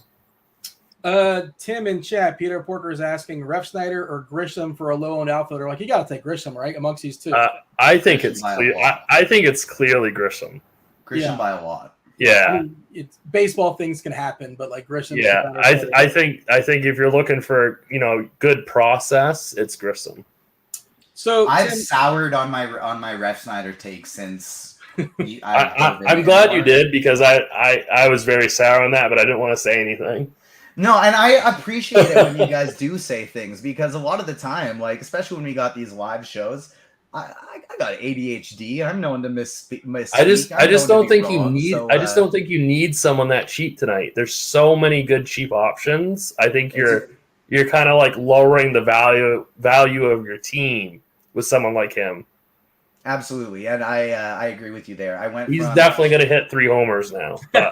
he went from being somebody I had as a one-off because of how cheap he is to only getting him in Boston stacks here. Dean, in case you didn't see the StreamYard chat, we do have the crunch time guys ready to roll as soon as we're ready for them. Of course I saw that, but thank you for telling me. I'm a professional. I'm on top of this, and I'm absolutely reading the stream. What is it called? StreamYard chat? Yeah, for sure. What's up, Roth? How are things in your world? Hey, can I say something yesterday, Roth? I know yesterday was kind of torturous for you. It was. And, you were on air, and you were in pain, right? And I just think it's nice. You've been doing this for what, 7-8 years? How long have you been doing this for, daily, basically? Yeah, this is my 8th year. And my understanding is that you have no financial interest in how things turn out. Like if a game rains out, if it doesn't rain out, your life is going to be your life, and it doesn't matter how things are financially for you. But you still care. You care so much to get it right for us. And I know Cheese was having a good time just seeing you in pain. You were just troubled. Oh man, one of these greens is gonna get rained out tonight. I'm sure you just don't want the Twitter nonsense too. But it's just good to know you care, even though just for us, because it doesn't matter to you financially. Yeah, no, that's accurate. I pride myself on doing a good job and trying to get them all right, and it doesn't always work. And I don't know. I had a bad feeling about yesterday, and it sucked. But I think I care because people tune in to watch my takes, and if my takes suck, then that's not helping anybody. So I care. I want to get them right, and when I don't, it sucks. It ruins my night when something goes wrong. So I was glad that did not happen recently. By the way, Sunny D says, "Hey, thank you, Kevin. You've got me up so many units just from your weather calls." Okay, thank you. I'm glad it's helping people out. What do you have today? We're expecting a lot of heat tonight in St. Louis. Of course, wind in Wrigley. No precipitation last I saw, right? You're good to go as far as the rain? It's beautiful. After being tortured yesterday, I get a freebie here today. No rain issues. I love the hitting weather in St. Louis. To be fair, I loved it in game 1 as well, and they only mustered 4 runs there or so. But I love it in St. Louis tonight. And you mentioned Wrigley. It's hot. It's humid. Wind's blowing out. Doesn't get better than that. We should just yield, unless you guys got anything else. If Squirrel's got something, if Carty's got something, TJ, Tim, whatever's on your mind. But it's a big boy slate. It's a 15-gamer. But I'm happy to step aside. But anybody else have any nonsense, or we're ready to go? Ready to roll. 3, 2, 1. No nonsense. That's it. All right. The start of the Fanduel Crunch Time. You got Chief Meteorologist Kevin Roth. You got 20-time live finalist, give or take, SquirrelPatrol. I have not seen the updates. And the CEO of the Bat. You got DerekCarty. Take it over. Fanduel Crunch Time starts now. Appreciate it, Dino, as always. Let's clear this up, Squirrel. Is it over 20? I feel like it might be over 20, but it's ballpark that, right? No, it's over 50. Yeah. It's way over 50. Wow. I stopped. I thought it was mid-20s. So, okay, over 50 it depends live when you're finals. talking events or seats. But seats is way over 50. Yeah, okay. Well, I think that counts. Oh, I see, because sometimes you'll get for one event, you'll have 2 or 3 seats. Yeah. Okay. Yep. I think that counts. I think over 50, it sounds better anyways. Kudos to you. We're here, of course, getting ready to get some hot takes from you. Looking forward to that. We also have DerekCarty, inventor, creator, CEO, and chief forecaster of the Bat. That's right. Chief statcaster of the Bat joining us. Carty, how are you, man? I'm doing pretty well up until the point someone mentioned lefty mashers in chat. So now I'm on tilt. That's good. We like starting off on tilt. It's more fun that way. A couple things that I do have to mention, of course, this is Crunch Time, sponsored by FanDuel. Sign up for the FanDuel Sportsbook today. New users get a special bonus. You bet $5, you get 200 in free bets, regardless of if that bet wins or loses. And also, we're bringing it back. It is the FanDuel back-to-back bonus. It's back-to-back bonus. Roster home run hitter in the FanDuel Marquee MLB contest today. Any one of your hitters, they hit a home run in the Marquee contests. And then tomorrow, you join the Marquee contest again. You get one of your FanDuel hitters, doesn't have to be the same dude, can be anyone, to hit a home run. You win a share of $25K, which, like, I feel like, Squirrel, is it accurate that you're just, like, going to do that? Like, you can't fail at that? Yes. Yes. Yeah. That's what I like to hear. That's the confidence. It does seem like a nice little kind of freebie they're throwing your way. You're trying to pick home run hitters anyway, so good stuff there. Guys, happy to be joined by a couple of the sharpest minds in the biz. And with no weather, I think we can just dive into this slate. Carty, would you mind giving us an overall general outlook here? Yeah, so we have a couple of pretty clear aces on the slate that you're going to gravitate towards in cash, but then we also have Coors Field and we have this Wrigley win game.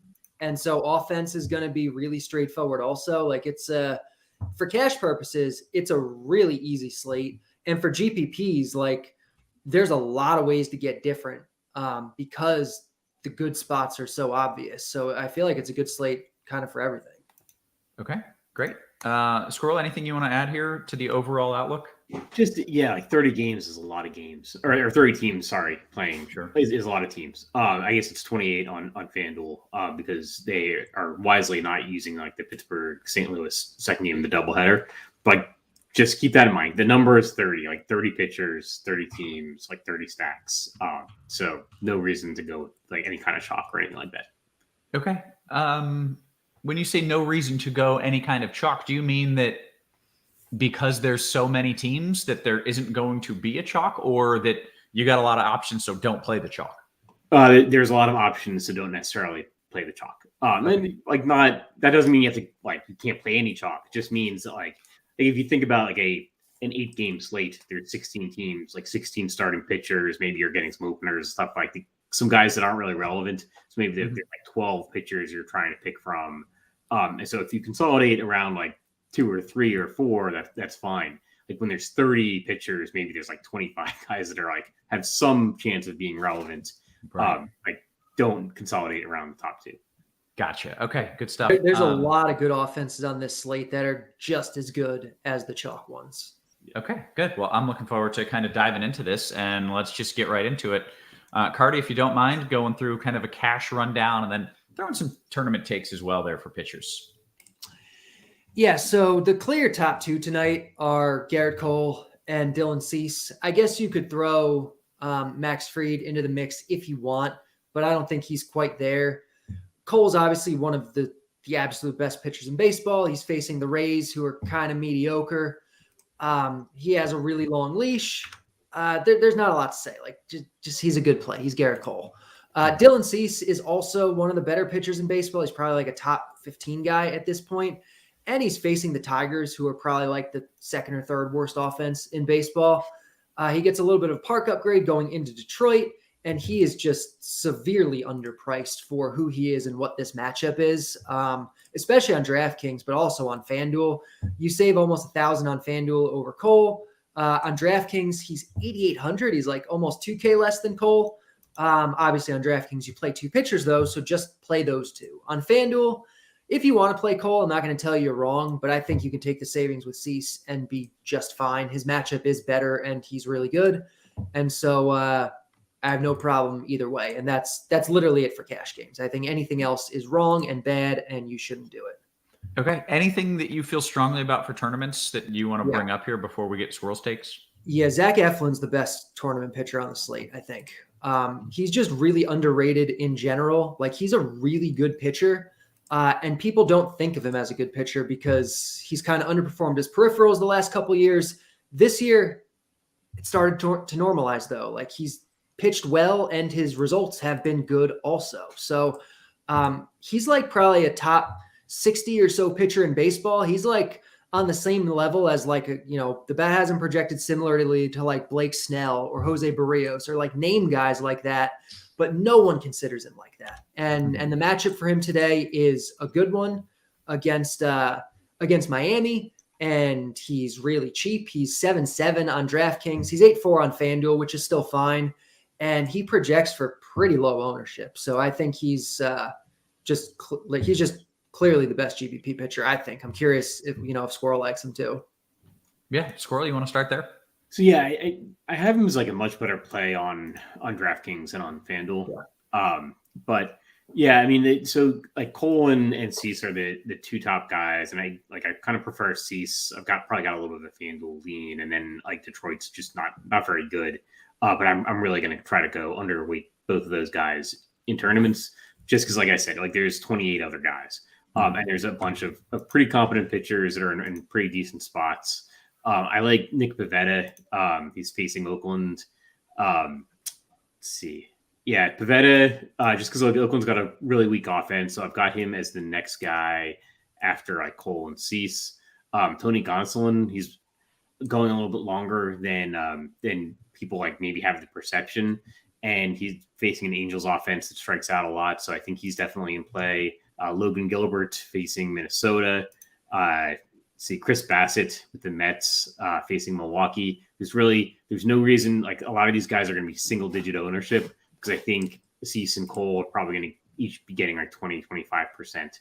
And then the rest is really just going to be split up among like, a bunch of guys that are going to get like 6-7%. So if you're doing single entry, like there's reason to fade Cole and Cease. If you're doing like multi-entry, I think you can still, you can play some Cole and Cease, but like you can be like double the field on the next guys like Logan Webb, Gonsolin, Pivetta, Zach Eflin on DraftKings. Okay, excellent. Let's talk about some of the stacks here and go over what the chalk is for me. And then you mentioned, you might not want to be on that chalk. So tell me some of your favorites as well. Sure. So there's a game in Coors Field, and that's actually probably not the chalk. Like the chalk is probably there's a wind game in Wrigley. So there's like San Diego and the Cubs are probably the chalk, just because you're getting a much better like price than the Coors game.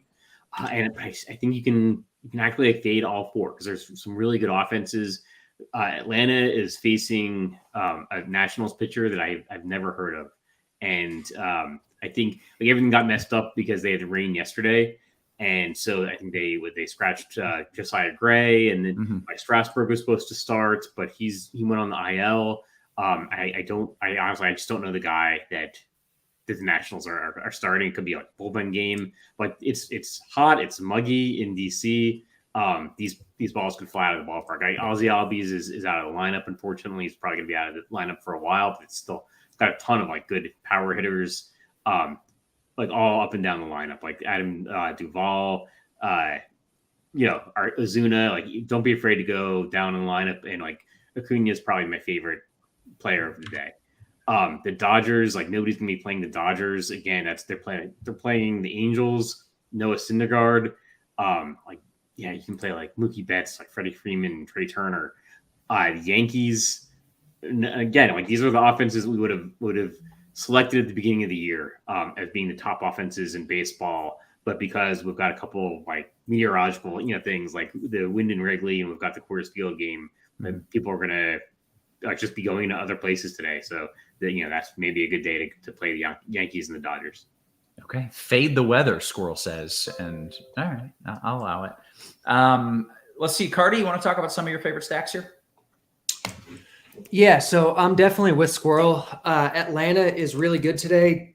I don't know how to pronounce his name. Jackson Tetrio, whatever. He's like one of probably like the 5 worst pitchers in the majors right now. He projects about the same as Vladimir Gutierrez, who's really, really bad. So yeah, Braves are awesome today. Obviously it's the Coors Wrigley thing for cash, but in GPPs, like the Braves are great. The Dodgers are really, really good today, particularly I think over on FanDuel, but on DraftKings too. They're obviously the best offense in baseball. They're facing Noah Syndergaard, who's just not that good anymore and is the easiest pitcher in baseball to steal on. And so there's lots of ways for them to get points, and they're going to go super overlooked. The Yankees against Kluber, I think, are really good. Boston, I think, is really good. Like, you don't have to play these chalk offenses in GPPs tonight. Honestly, like, they're really not even that much better than these other ones. Okay. And is this a night where like you're not really going too far like down the list here? Because it seems like we've got you don't 6 need or to 7 tonight. great spots that are going to come in under-owned. Yeah. So there's really nothing off the board that you've got? I don't think you have to go off the board because there's really, really good stuff that is going to be under-owned. Yeah. Okay. That makes sense. Squirrel, anything you want to add here in stacks? I'm afraid I may have cut you off a little early.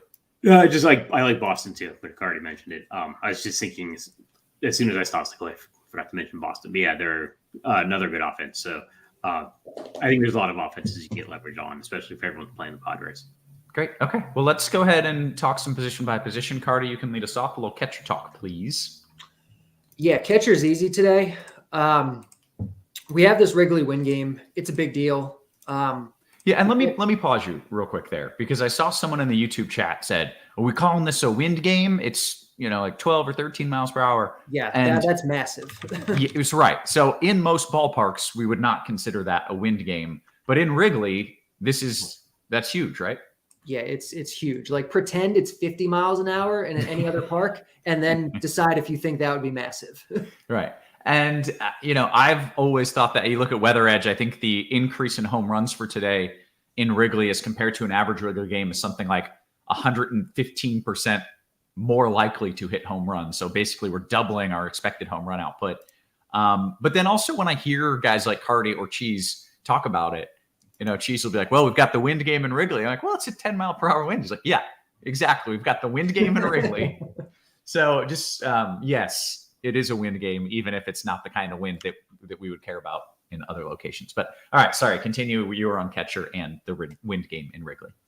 Yes, so both sides of this game. Wilson Contreras for the Cubs, Jorge Alfaro for San Diego, and decide who you want based on the price points. Like they're the two clear best guys. Even on FanDuel, where you're playing catcher or first baseman, I think you'd be totally fine playing either of these guys if you want. Alfaro's $2K. Contreras is 3,500, but he's also the best hitter on the Cubs. So, play either one on either site. Okay. Squirrel, are you either going down in that game or going up in that game? Is that the move? So yeah, I think I'm going to be underweight that game just because I think a lot of people are going to be on it, and there's some other good offenses. So like other catchers I like, because I like the Atlanta stack a lot. Travis d'Arnaud, Dalton Varsho with Arizona, and then Christian Betancourt with Oakland. Like they're playing in Boston, so that's a pretty good park upgrade for them. So although I like Pivetta up as a pitcher, and I'm not going to go overweight Oakland stacks or go crazy with Oakland stacks, I like Betancourt's a good catching option. Okay, take us to first. See, first base. So yeah, I think the chalk is going to be Luke Voit, just because he's the Padres and that everyone's going to have that game. Got Paul Goldschmidt on DraftKings is with the Cardinals, so I think it's 100 degrees. That's I guess something we should mention. Like the Cardinals and Pirates are on DraftKings, but not on FanDuel. So Goldschmidt is an option on DraftKings. Rhys Hoskins, he's facing a left-handed pitcher, so he's always a good option. Matt Olson, I like the Brave stack. Vladimir Guerrero, I think Toronto is going to go a little bit overlooked with all the teams. Then Anthony Rizzo. Okay, Carty, real quick before we get to first here, I did get a question from MT in the Discord. He says, "Look, everybody seems to like the Dodgers. What about the Angels on the other side of that game in tournaments?" I think they're fine. They're kind of right on the borderline of like, do you need this team? But yeah, they're there. I'm fine with the Angels. Okay, take us to first. Luke Voit and cash, and that's like the whole thing. On FanDuel, you can also play one of the two catchers we mentioned. On DraftKings, it's pretty much just Voit. I guess if you need to, you can go down to Eric Hosmer in the same game at 2,600, but Voigt's so cheap. He's hitting cleanup. The spot's great. You don't really need to overthink it. And then in tournaments, you're just playing, stuff to get different stuff in your stacks. Matt Olson is awesome. Freddie Freeman in your Dodger stacks, or even as a one-off, is awesome. That kind of thing. Great. Take us a second. Second base. So, on FanDuel, we have Max Muncy for 2,700. Hitting cleanup for the Dodgers. Like, this spot is really good. And yeah, like, he's just so underpriced at a position that's always really bad. So I like him quite a bit. You have Jake Cronenworth in this Padres game. He's expensive on DraftKings, and he's more expensive than Muncy on FanDuel. I don't think you have to get up to him. On DraftKings, I think you can definitely think about saving some money here. Like, you have Jonathan India, who's back now for Cincinnati. He's hitting leadoff. He's a really good hitter. We don't know, how fully healthy he is, but he's probably not going to stay this cheap for long, and he's against Zach Davies. So 3.5 for India, I think, is a really good play. And then you have just like real cheap guys. You have Brendan Donovan hitting second for St. Louis tonight at 2,800. You have Tucupita Marcano potentially hitting leadoff for Pittsburgh on the other side of that game. I don't think we have a lineup there yet. You have Ezekiel Duran at 2,200 in a decent enough spot. So you have like plenty of like really cheap options to go to if you want. But the high-end guys are Cronenworth, Muncy, Story in your Boston stacks, that kind of thing. Okay. Squirrel, second base. Yeah. So, Jonathan India is leading off. Christopher Morel is eligible on DraftKings, but not FanDuel. Max Muncy is eligible at second base on both sites, but he's like way more in play on FanDuel just because he's so much cheaper at 2,700 is just crazy. I think a lot of people are going to play Jake Cronenworth. He's in that San Diego Chicago game. Like Marcus Semien, like Rangers are one of those teams that's going to be totally overlooked. But he's always a guy that's got power. I think that pretty much wraps up second base for me. All right, take it to third. Third base, Manny Machado and Jose Ramirez are probably going to be two of the higher owned hitters on the slate. Patrick Wisdom is going to be somewhat right behind them just because you've got, I guess it's the win game and Coors Field. So those three guys, let's see, Max Muncy, also third base eligible on FanDuel. You've already got him checked. It's tough to get away from those three guys. Let's see. Stalling out. Austin Riley, I like because of the Braves game. Alex Bregman, can always hit for power. DJ LeMahieu leading off for the Yankees. And then Rafael Devers for Boston. I like Boston and like all of the other third basemen I think are going to be very low owned just because of the four guys up top. Sure. All right, Carty, you got some favorites at third? I mean, basically exactly what Squirrel said. Ramirez, Machado, maybe Wisdom. They're your cash guys. They're your best plays. I like Austin Riley a lot in GPPs, especially in Brave stacks. Same thing for Devers in Boston stacks. Like that's basically third base. Okay, then let's just go to short. Trey Turner is the top option, and he's definitely going to be under-owned tonight on both sites. He's clearly the best shortstop on the slate. He's against Syndergaard. He's one of the best base stealers in baseball against the easiest pitcher in baseball to steal on. It's just an amazing spot, and he's really good, So Trey Turner, I like a lot. I think on FanDuel, it's I don't want to say easy, but it's somewhat easy to get up to him if you want to make it work. You can also go down, though. We have plenty of options in our wind game. Ha-Sung Kim is 2.3K on FanDuel and 3K on DraftKings. And so he's like the easy, like spend down kind of cash option.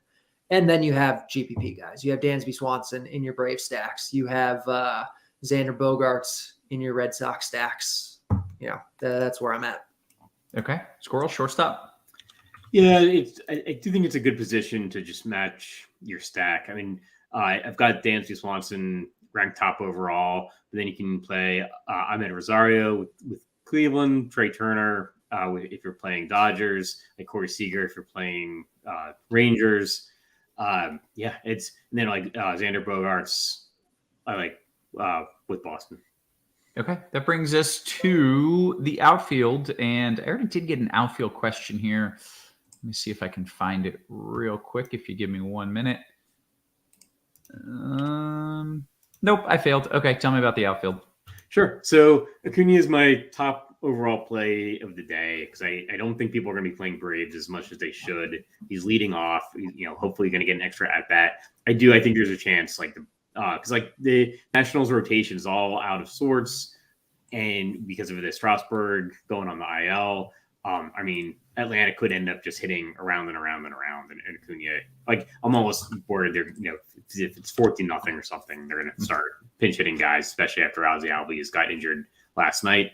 After Acuna, there's a ton of good guys. Like somebody mentioned the Angels. I have a Mike Trout rule that he's going to be so underowned all year because the offense isn't particularly good, but he's the best hitter in baseball, or certainly one of the best hitters in baseball. Yeah. So he's going to be pulling a lot of single digit ownership when he just shouldn't. He's always capable of hitting 2 home runs and stealing a base. And he's totally breaking a slate at 4% ownership. So Trout, Aaron Judge, Byron Buxton. This is a good play. Like Mookie Betts, this is a good place to get a little bit different because actually a lot of the teams that we've been talking about, like the Cubs, Padres, and Indians, they actually don't have outfielders that you need to have. So this is a good place to get a little bit different. Okay, great. Carty, I want to hear your outfield takes. I did find that question in outfield. Tony says, hey, Carty, is that 2K outfielder for Pittsburgh a good prospect? Any idea who he's talking about there? Kind of put you on the spot. Mitchell? He's been up for a couple of weeks. Who's the 2K outfielder for Pittsburgh? Pittsburgh. Salaries are off. I need a name. Yeah. All right. Give us the name. Drop the name. We'll figure it out. Carty's got the magic machine back there. He can let you know. Hey, we only need 18 more likes until we get to 150. I'm not going to give you anything special if we do get to 150 likes, but go ahead and give us a like and subscribe because this is a free show. That is what's special about it. Sawinski may be the name that we're looking for here. No, it's not Sawinski. It's this new guy. I'm not even going to try to pronounce his name. Ah, fun. Okay. Yeah. Well, talk me through outfield, and if you have any interest in this new guy whose name you do not dare pronounce, then let me know. He's really not much of it's Cannon Smith, whatever. He's not really a prospect, no. Njiba. Yes. Yeah, I nailed it. I feel pretty confident in that. Anyways, okay, talk to me about your outfield plays. Yeah, I feel like me and Squirrel are just on everything exactly the same tonight. The actual top best plays tonight in outfield, just raw points plays, are not even really going to be owned. Acuna is easily the best outfielder on the slate, and he's not going to be that owned tonight, which is just crazy. Mike Trout is not going to see much ownership tonight. Mookie Betts is not going to see much ownership tonight because we have, these cheaper guys in these really good spots. We have, Trent Grisham and Nomar Mazara for San Diego. We have Oscar Gonzalez for Cleveland. Those guys are great plays in cash, but you can definitely have one spend up probably. And I do really like Acuna. Rob Refsnyder's leading off for Boston tonight against a lefty. Probably some pinch hit risk there, but he's still going to be a really good play on DraftKings in particular at 2.2K. Over on Fanduel, a lot of the same guys. Also, Teoscar Hernandez, though, he's just always too cheap on Fanduel. He's 2,500. He's against Jordan Lyles. He's hitting cleanup for the Blue Jays. He's a great play. Luis Robert on the White Sox at 3.1K is a really good play.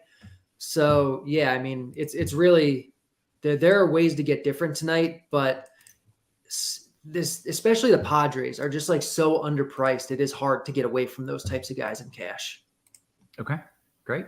One stack to win it all. If you're only playing one stack, Carty, where are you looking? Single entry. It's Dodgers or Braves. I'll say Dodgers. Squirrel, you want to go with Braves to even it out? Yeah, because I'm in DC or near DC. So. Okay, that works. Guys, we've got 10 minutes for some QQs. Anything else either of you want to add in before we do so? I'll take that as a no. Okay, let's do it. Carty, starting with you. What are your thoughts on Abreu in FanDuel Cash and GPPs? In GPPs, I guess fine if you want to. I think there's better options, but absolutely not in cash. Squirrel, FanDuel Cash, question for you. Muncy Machado or Refschneider and Acuna? Probably Muncy Machado. But like Acuna is my favorite play on the slate. But you don't know about Refschneider. Yeah. I mean, he's really cheap.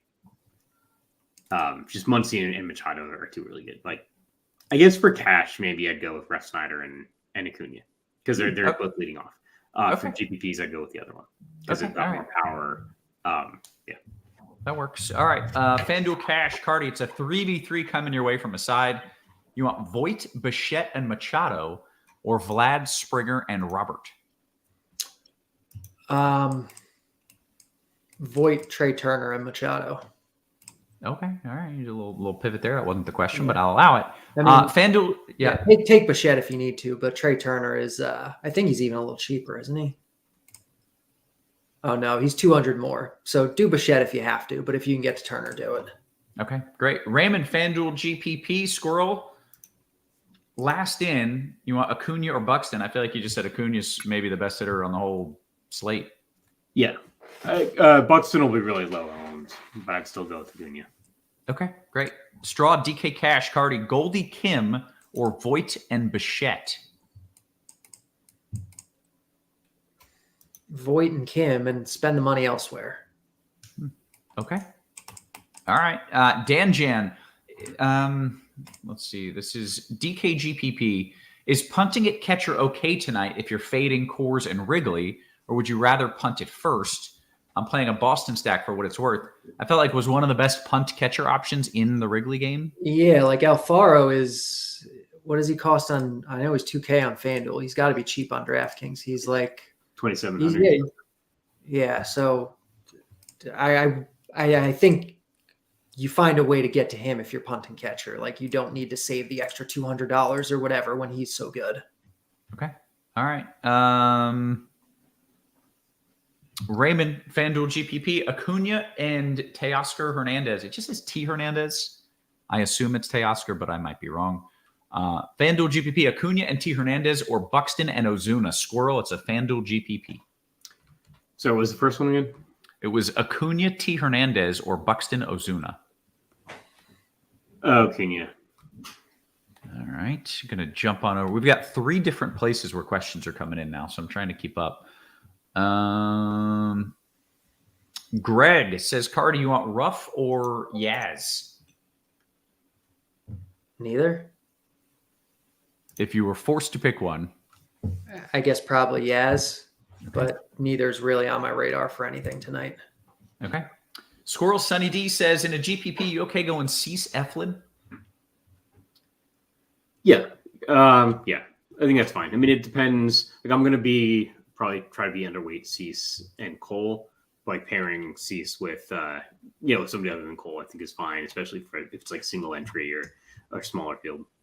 Okay. It looks like Yaz is out, so that makes that one easy for what it's worth. That would be Ruff over Yaz. Okay, this is a good question, Carty. Eric says, you're the cheapest pitcher you would play on DK. I mean, Eflin's certainly cheap. Let me see if there's anyone cheaper than that I'd be like comfortable enough with. What does Eflin's cost? He's 7,700. He's not like dirt cheap. Yeah, but he's pretty cheap for a guy who's actually really good. You can make a case for Trevor Rogers, but I think Eflin's probably what I'd want to do instead. And what was Rogers' cost? 6,300. Okay. All right. All right. I'm going to make you work for this one here, Squirrel. Your favorite bat under 2,300 on FanDuel. I've already got Mitzara. Favorite bat under 2,300. I'll assume this is util. Probably Refschneider leading off for the Dodgers. Or for the Red Sox. Great. Let's see. Is a mini Yankee stack a good idea in a FanDuel GPP, Carty? Yeah, Yankees are one of those teams that we mentioned that are just going to get severely overlooked, even though they're really, really good tonight because we have Wrigley and Coors. Like Judge is going to hit a home run again, right? He seems to do that every single night. Yeah, we really didn't talk much about Yankees when we were going through positions, but Yankees are one of the better options tonight for sure. Yeah. BHB, DK Cash, 3v3. Squirrel, you want Alfaro, India, Rosario, or Contreras, Donovan, Kim? I think the first one, the Alfaro one. Great. DKGPP, Carty, single entry, Urquidy or Davies? Urquidy's fine. Please don't play Zach Davies. Like he's a bad pitcher. He doesn't strike anybody out. Like I think he's completely unnecessary. Okay, strong take there, and I like it. About 5 minutes until lock. FanDuel Cash, Carty, I'm coming back to you on this one. Cole, Voit, or Cease and Vlad? Say that one more time for me. It was Cole, Voit, or Cease and Vlad in FanDuel Cash. The Voit one. All right. Beaner says, I also have 2,100 left. Last piece, util spot. Was the guy that you mentioned with the funny name under 2,100? Brett Snyder, yeah. Yeah. Okay. So I assume that's the answer. Go like a little bit more off the board. You can do like Christian Betancourt or Sam Huff. Okay, great. Bates, FanDuel Cash, Squirrel, coming right back to you. Last piece, Contreras, Freeman, or Olsen? Ooh, sorry. Contreras, Freeman, or Olsen? Correct. For cash, I've got Contreras. Okay, great. Dan Jan says, Carty, would you rather have Jorge Alfaro over a low-owned Pete, the Polar Bear Alonso? Polar Bear Pete? I thought his name had something to do with meat based on what Jack said last time. You're not allowed to say that one. Okay. Yeah. You can't say that one. I mean, Alfaro is the cash guy, but like in GPPs, like Alfaro is going to be owned. If you want to play Alonso, that's fine. It's not an especially good spot. I think there's other first basemen I'd rather have. Like there's going to be a low owned Freddie Freeman or a low owned Matt Olson. Like I prefer them to Olsen or to Alonso rather, but he's fine, I guess. Okay, great. DKGVP Squirrel, Bassett or Michaelis? Bassett. Rocky Raccoon says, Derek the Cartwheel Carty, you want, in a FanDuel GPP, you want Voit Bomb or Hoskins Alfaro? I guess it's probably Hoskins Alfaro for me. Alfaro's not going to be low owned though, so it's got to work with the rest of your lineup. Okay. Squirrel, DK single entry question coming your way. Alfaro and Ozuna or Darno and Gonzalez to complete the Brave stack? I'm not sure which Gonzalez, but I think the Gonzalez one. It's probably Oscar for Cleveland, I would think. Okay. Let's see. DK Cash, Carty, making your work here. Last piece in the outfield at 3-6. Wait, say that one more time? It was last piece in the outfield on DK Cash. He's got 3-6 to spend. Let me look at salaries real quick. If you have 36, I mean, do you have Trent Grisham yet? He's only 26, but he's the best option under that amount. And then Oscar Gonzalez for Cleveland is your next best. So you're going to have some money to spend. Great. Okay. Squirrel, what are your thoughts on Estrada as the last man in? Not sure which Estrada. Thairo Estrada for San Fran, maybe. I think he's the only Estrada in the majors at this point. Okay. Yeah, I mean, he's fine if that's the salary you've got. Okay, great. Let's see. DKGPP, Carty. Betancourt at catcher. He's been hitting well the past 4 games. On a hot streak, Carty. Out. No, don't even finish the question. Wait, no, did you throw that in or did he the questioner? It was in the question, to be clear. So I'm the one who said hot streak. You're not getting an answer. That's it. Move on. Are you interested? Hot streak or no? I mean, not really. The hot streak obviously does nothing for me, but just like on his own merits, I don't have a lot of interest. Okay, great. Guys, we've got about a minute left here. And Cloud says, DKGPP Squirrel, for a one-off, you want Stanton or Robert? I'll go Stanton, like the Yankees. All right, excellent. Actually, have done a good job catching up on all of these questions. So if you've got them, bring them our way. You got less than a minute here to get some of the best expert advice in the world. If you're watching on YouTube, hit that like button. This is good free content, giving you the plays, giving you the weather, and answering all your questions. So do us a favor, a little like, a little subscribe, sign up for Rotogrinders Premium. Might as well. Best tools in the biz. It's not even arguable. Eric Lynn, DKGPP, Carty. You want Patty the Tooth and Donovan or Biggio and Chapman? I mean, Wisdom Donovan is going to be higher owned, but Biggio Chapman, you get a little bit of correlation with. It's not awesome. So it really depends on the rest of your lineup. Wisdom Donovan is the better raw play, but if the rest of your lineup's chalky, then it probably is not the better option. Okay. I feel good about Patty the Tooth tonight, so I'm locking in the first one. Dan Jen says, the Red Sox are going to bring it home for me. I'm winning all the money tonight. Let's go. You guys on Red Sox Squirrel? I feel like you mentioned them. Definitely. Yeah, both are. Okay, good stuff. With that, we have hit the lock. So if you've got any post-lock questions, you've got about 5 seconds to get them in before I sign us out. Let's see. Yeah. Oh, DKGPP. This is actually the most important question of the night. Clearly, we do not have cheese on the show because DY says, where's the Matt Carpenter love? No love for Carp? All the guy does is hit home runs. We were mentioning the Yankees a lot. Yeah, we like the Yankees, so sure, go ahead.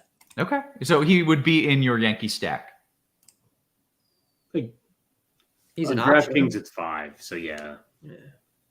I am not getting nearly enough excitement out of you guys on Carp. All the guy does is hit home runs. He's not that good. Well, oh my God! Jeez, don't do it. He's great. He's great. There you go. Whew. We got to stop a fight before it gets going here. A couple more questions and then we'll peace out. Third base pivotal decisions, raw points. He says the projections are too close, so just give me what you think. Raw points, Carty. Ramirez versus Machado. I'll take Ramirez, but obviously it's close. Okay. Aside says I've got exactly 3,100 left. Squirrel, your favorite one-off. Patty the Tooth Wisdom, Robert or Straw in a FanDuel GPP? Probably Wisdom. Patty the Tooth is such a good nickname. It's really grown on me. It's like, it's 10 out of 10. DK Cash, final question of the day here, Carty. 3v3, Alfaro, India, Rosario, or Contreras, Donovan, Kim? I'll take Contreras, Donovan, Kim. Okay, excellent. With that, we are going to get on out of here. So excellent work, as always, gentlemen. For Squirrel, for Carty, and for our wonderful production team, always working hard behind the scenes. Got us set up with a brand new app widget thing. I don't know what the hell we're streaming from, but it's a whole new service, and I don't know, it seemed to go well. So kudos to our production team, always trying to make improvements here, and we appreciate that. Guys, we appreciate you. We love you, and we will catch you tomorrow.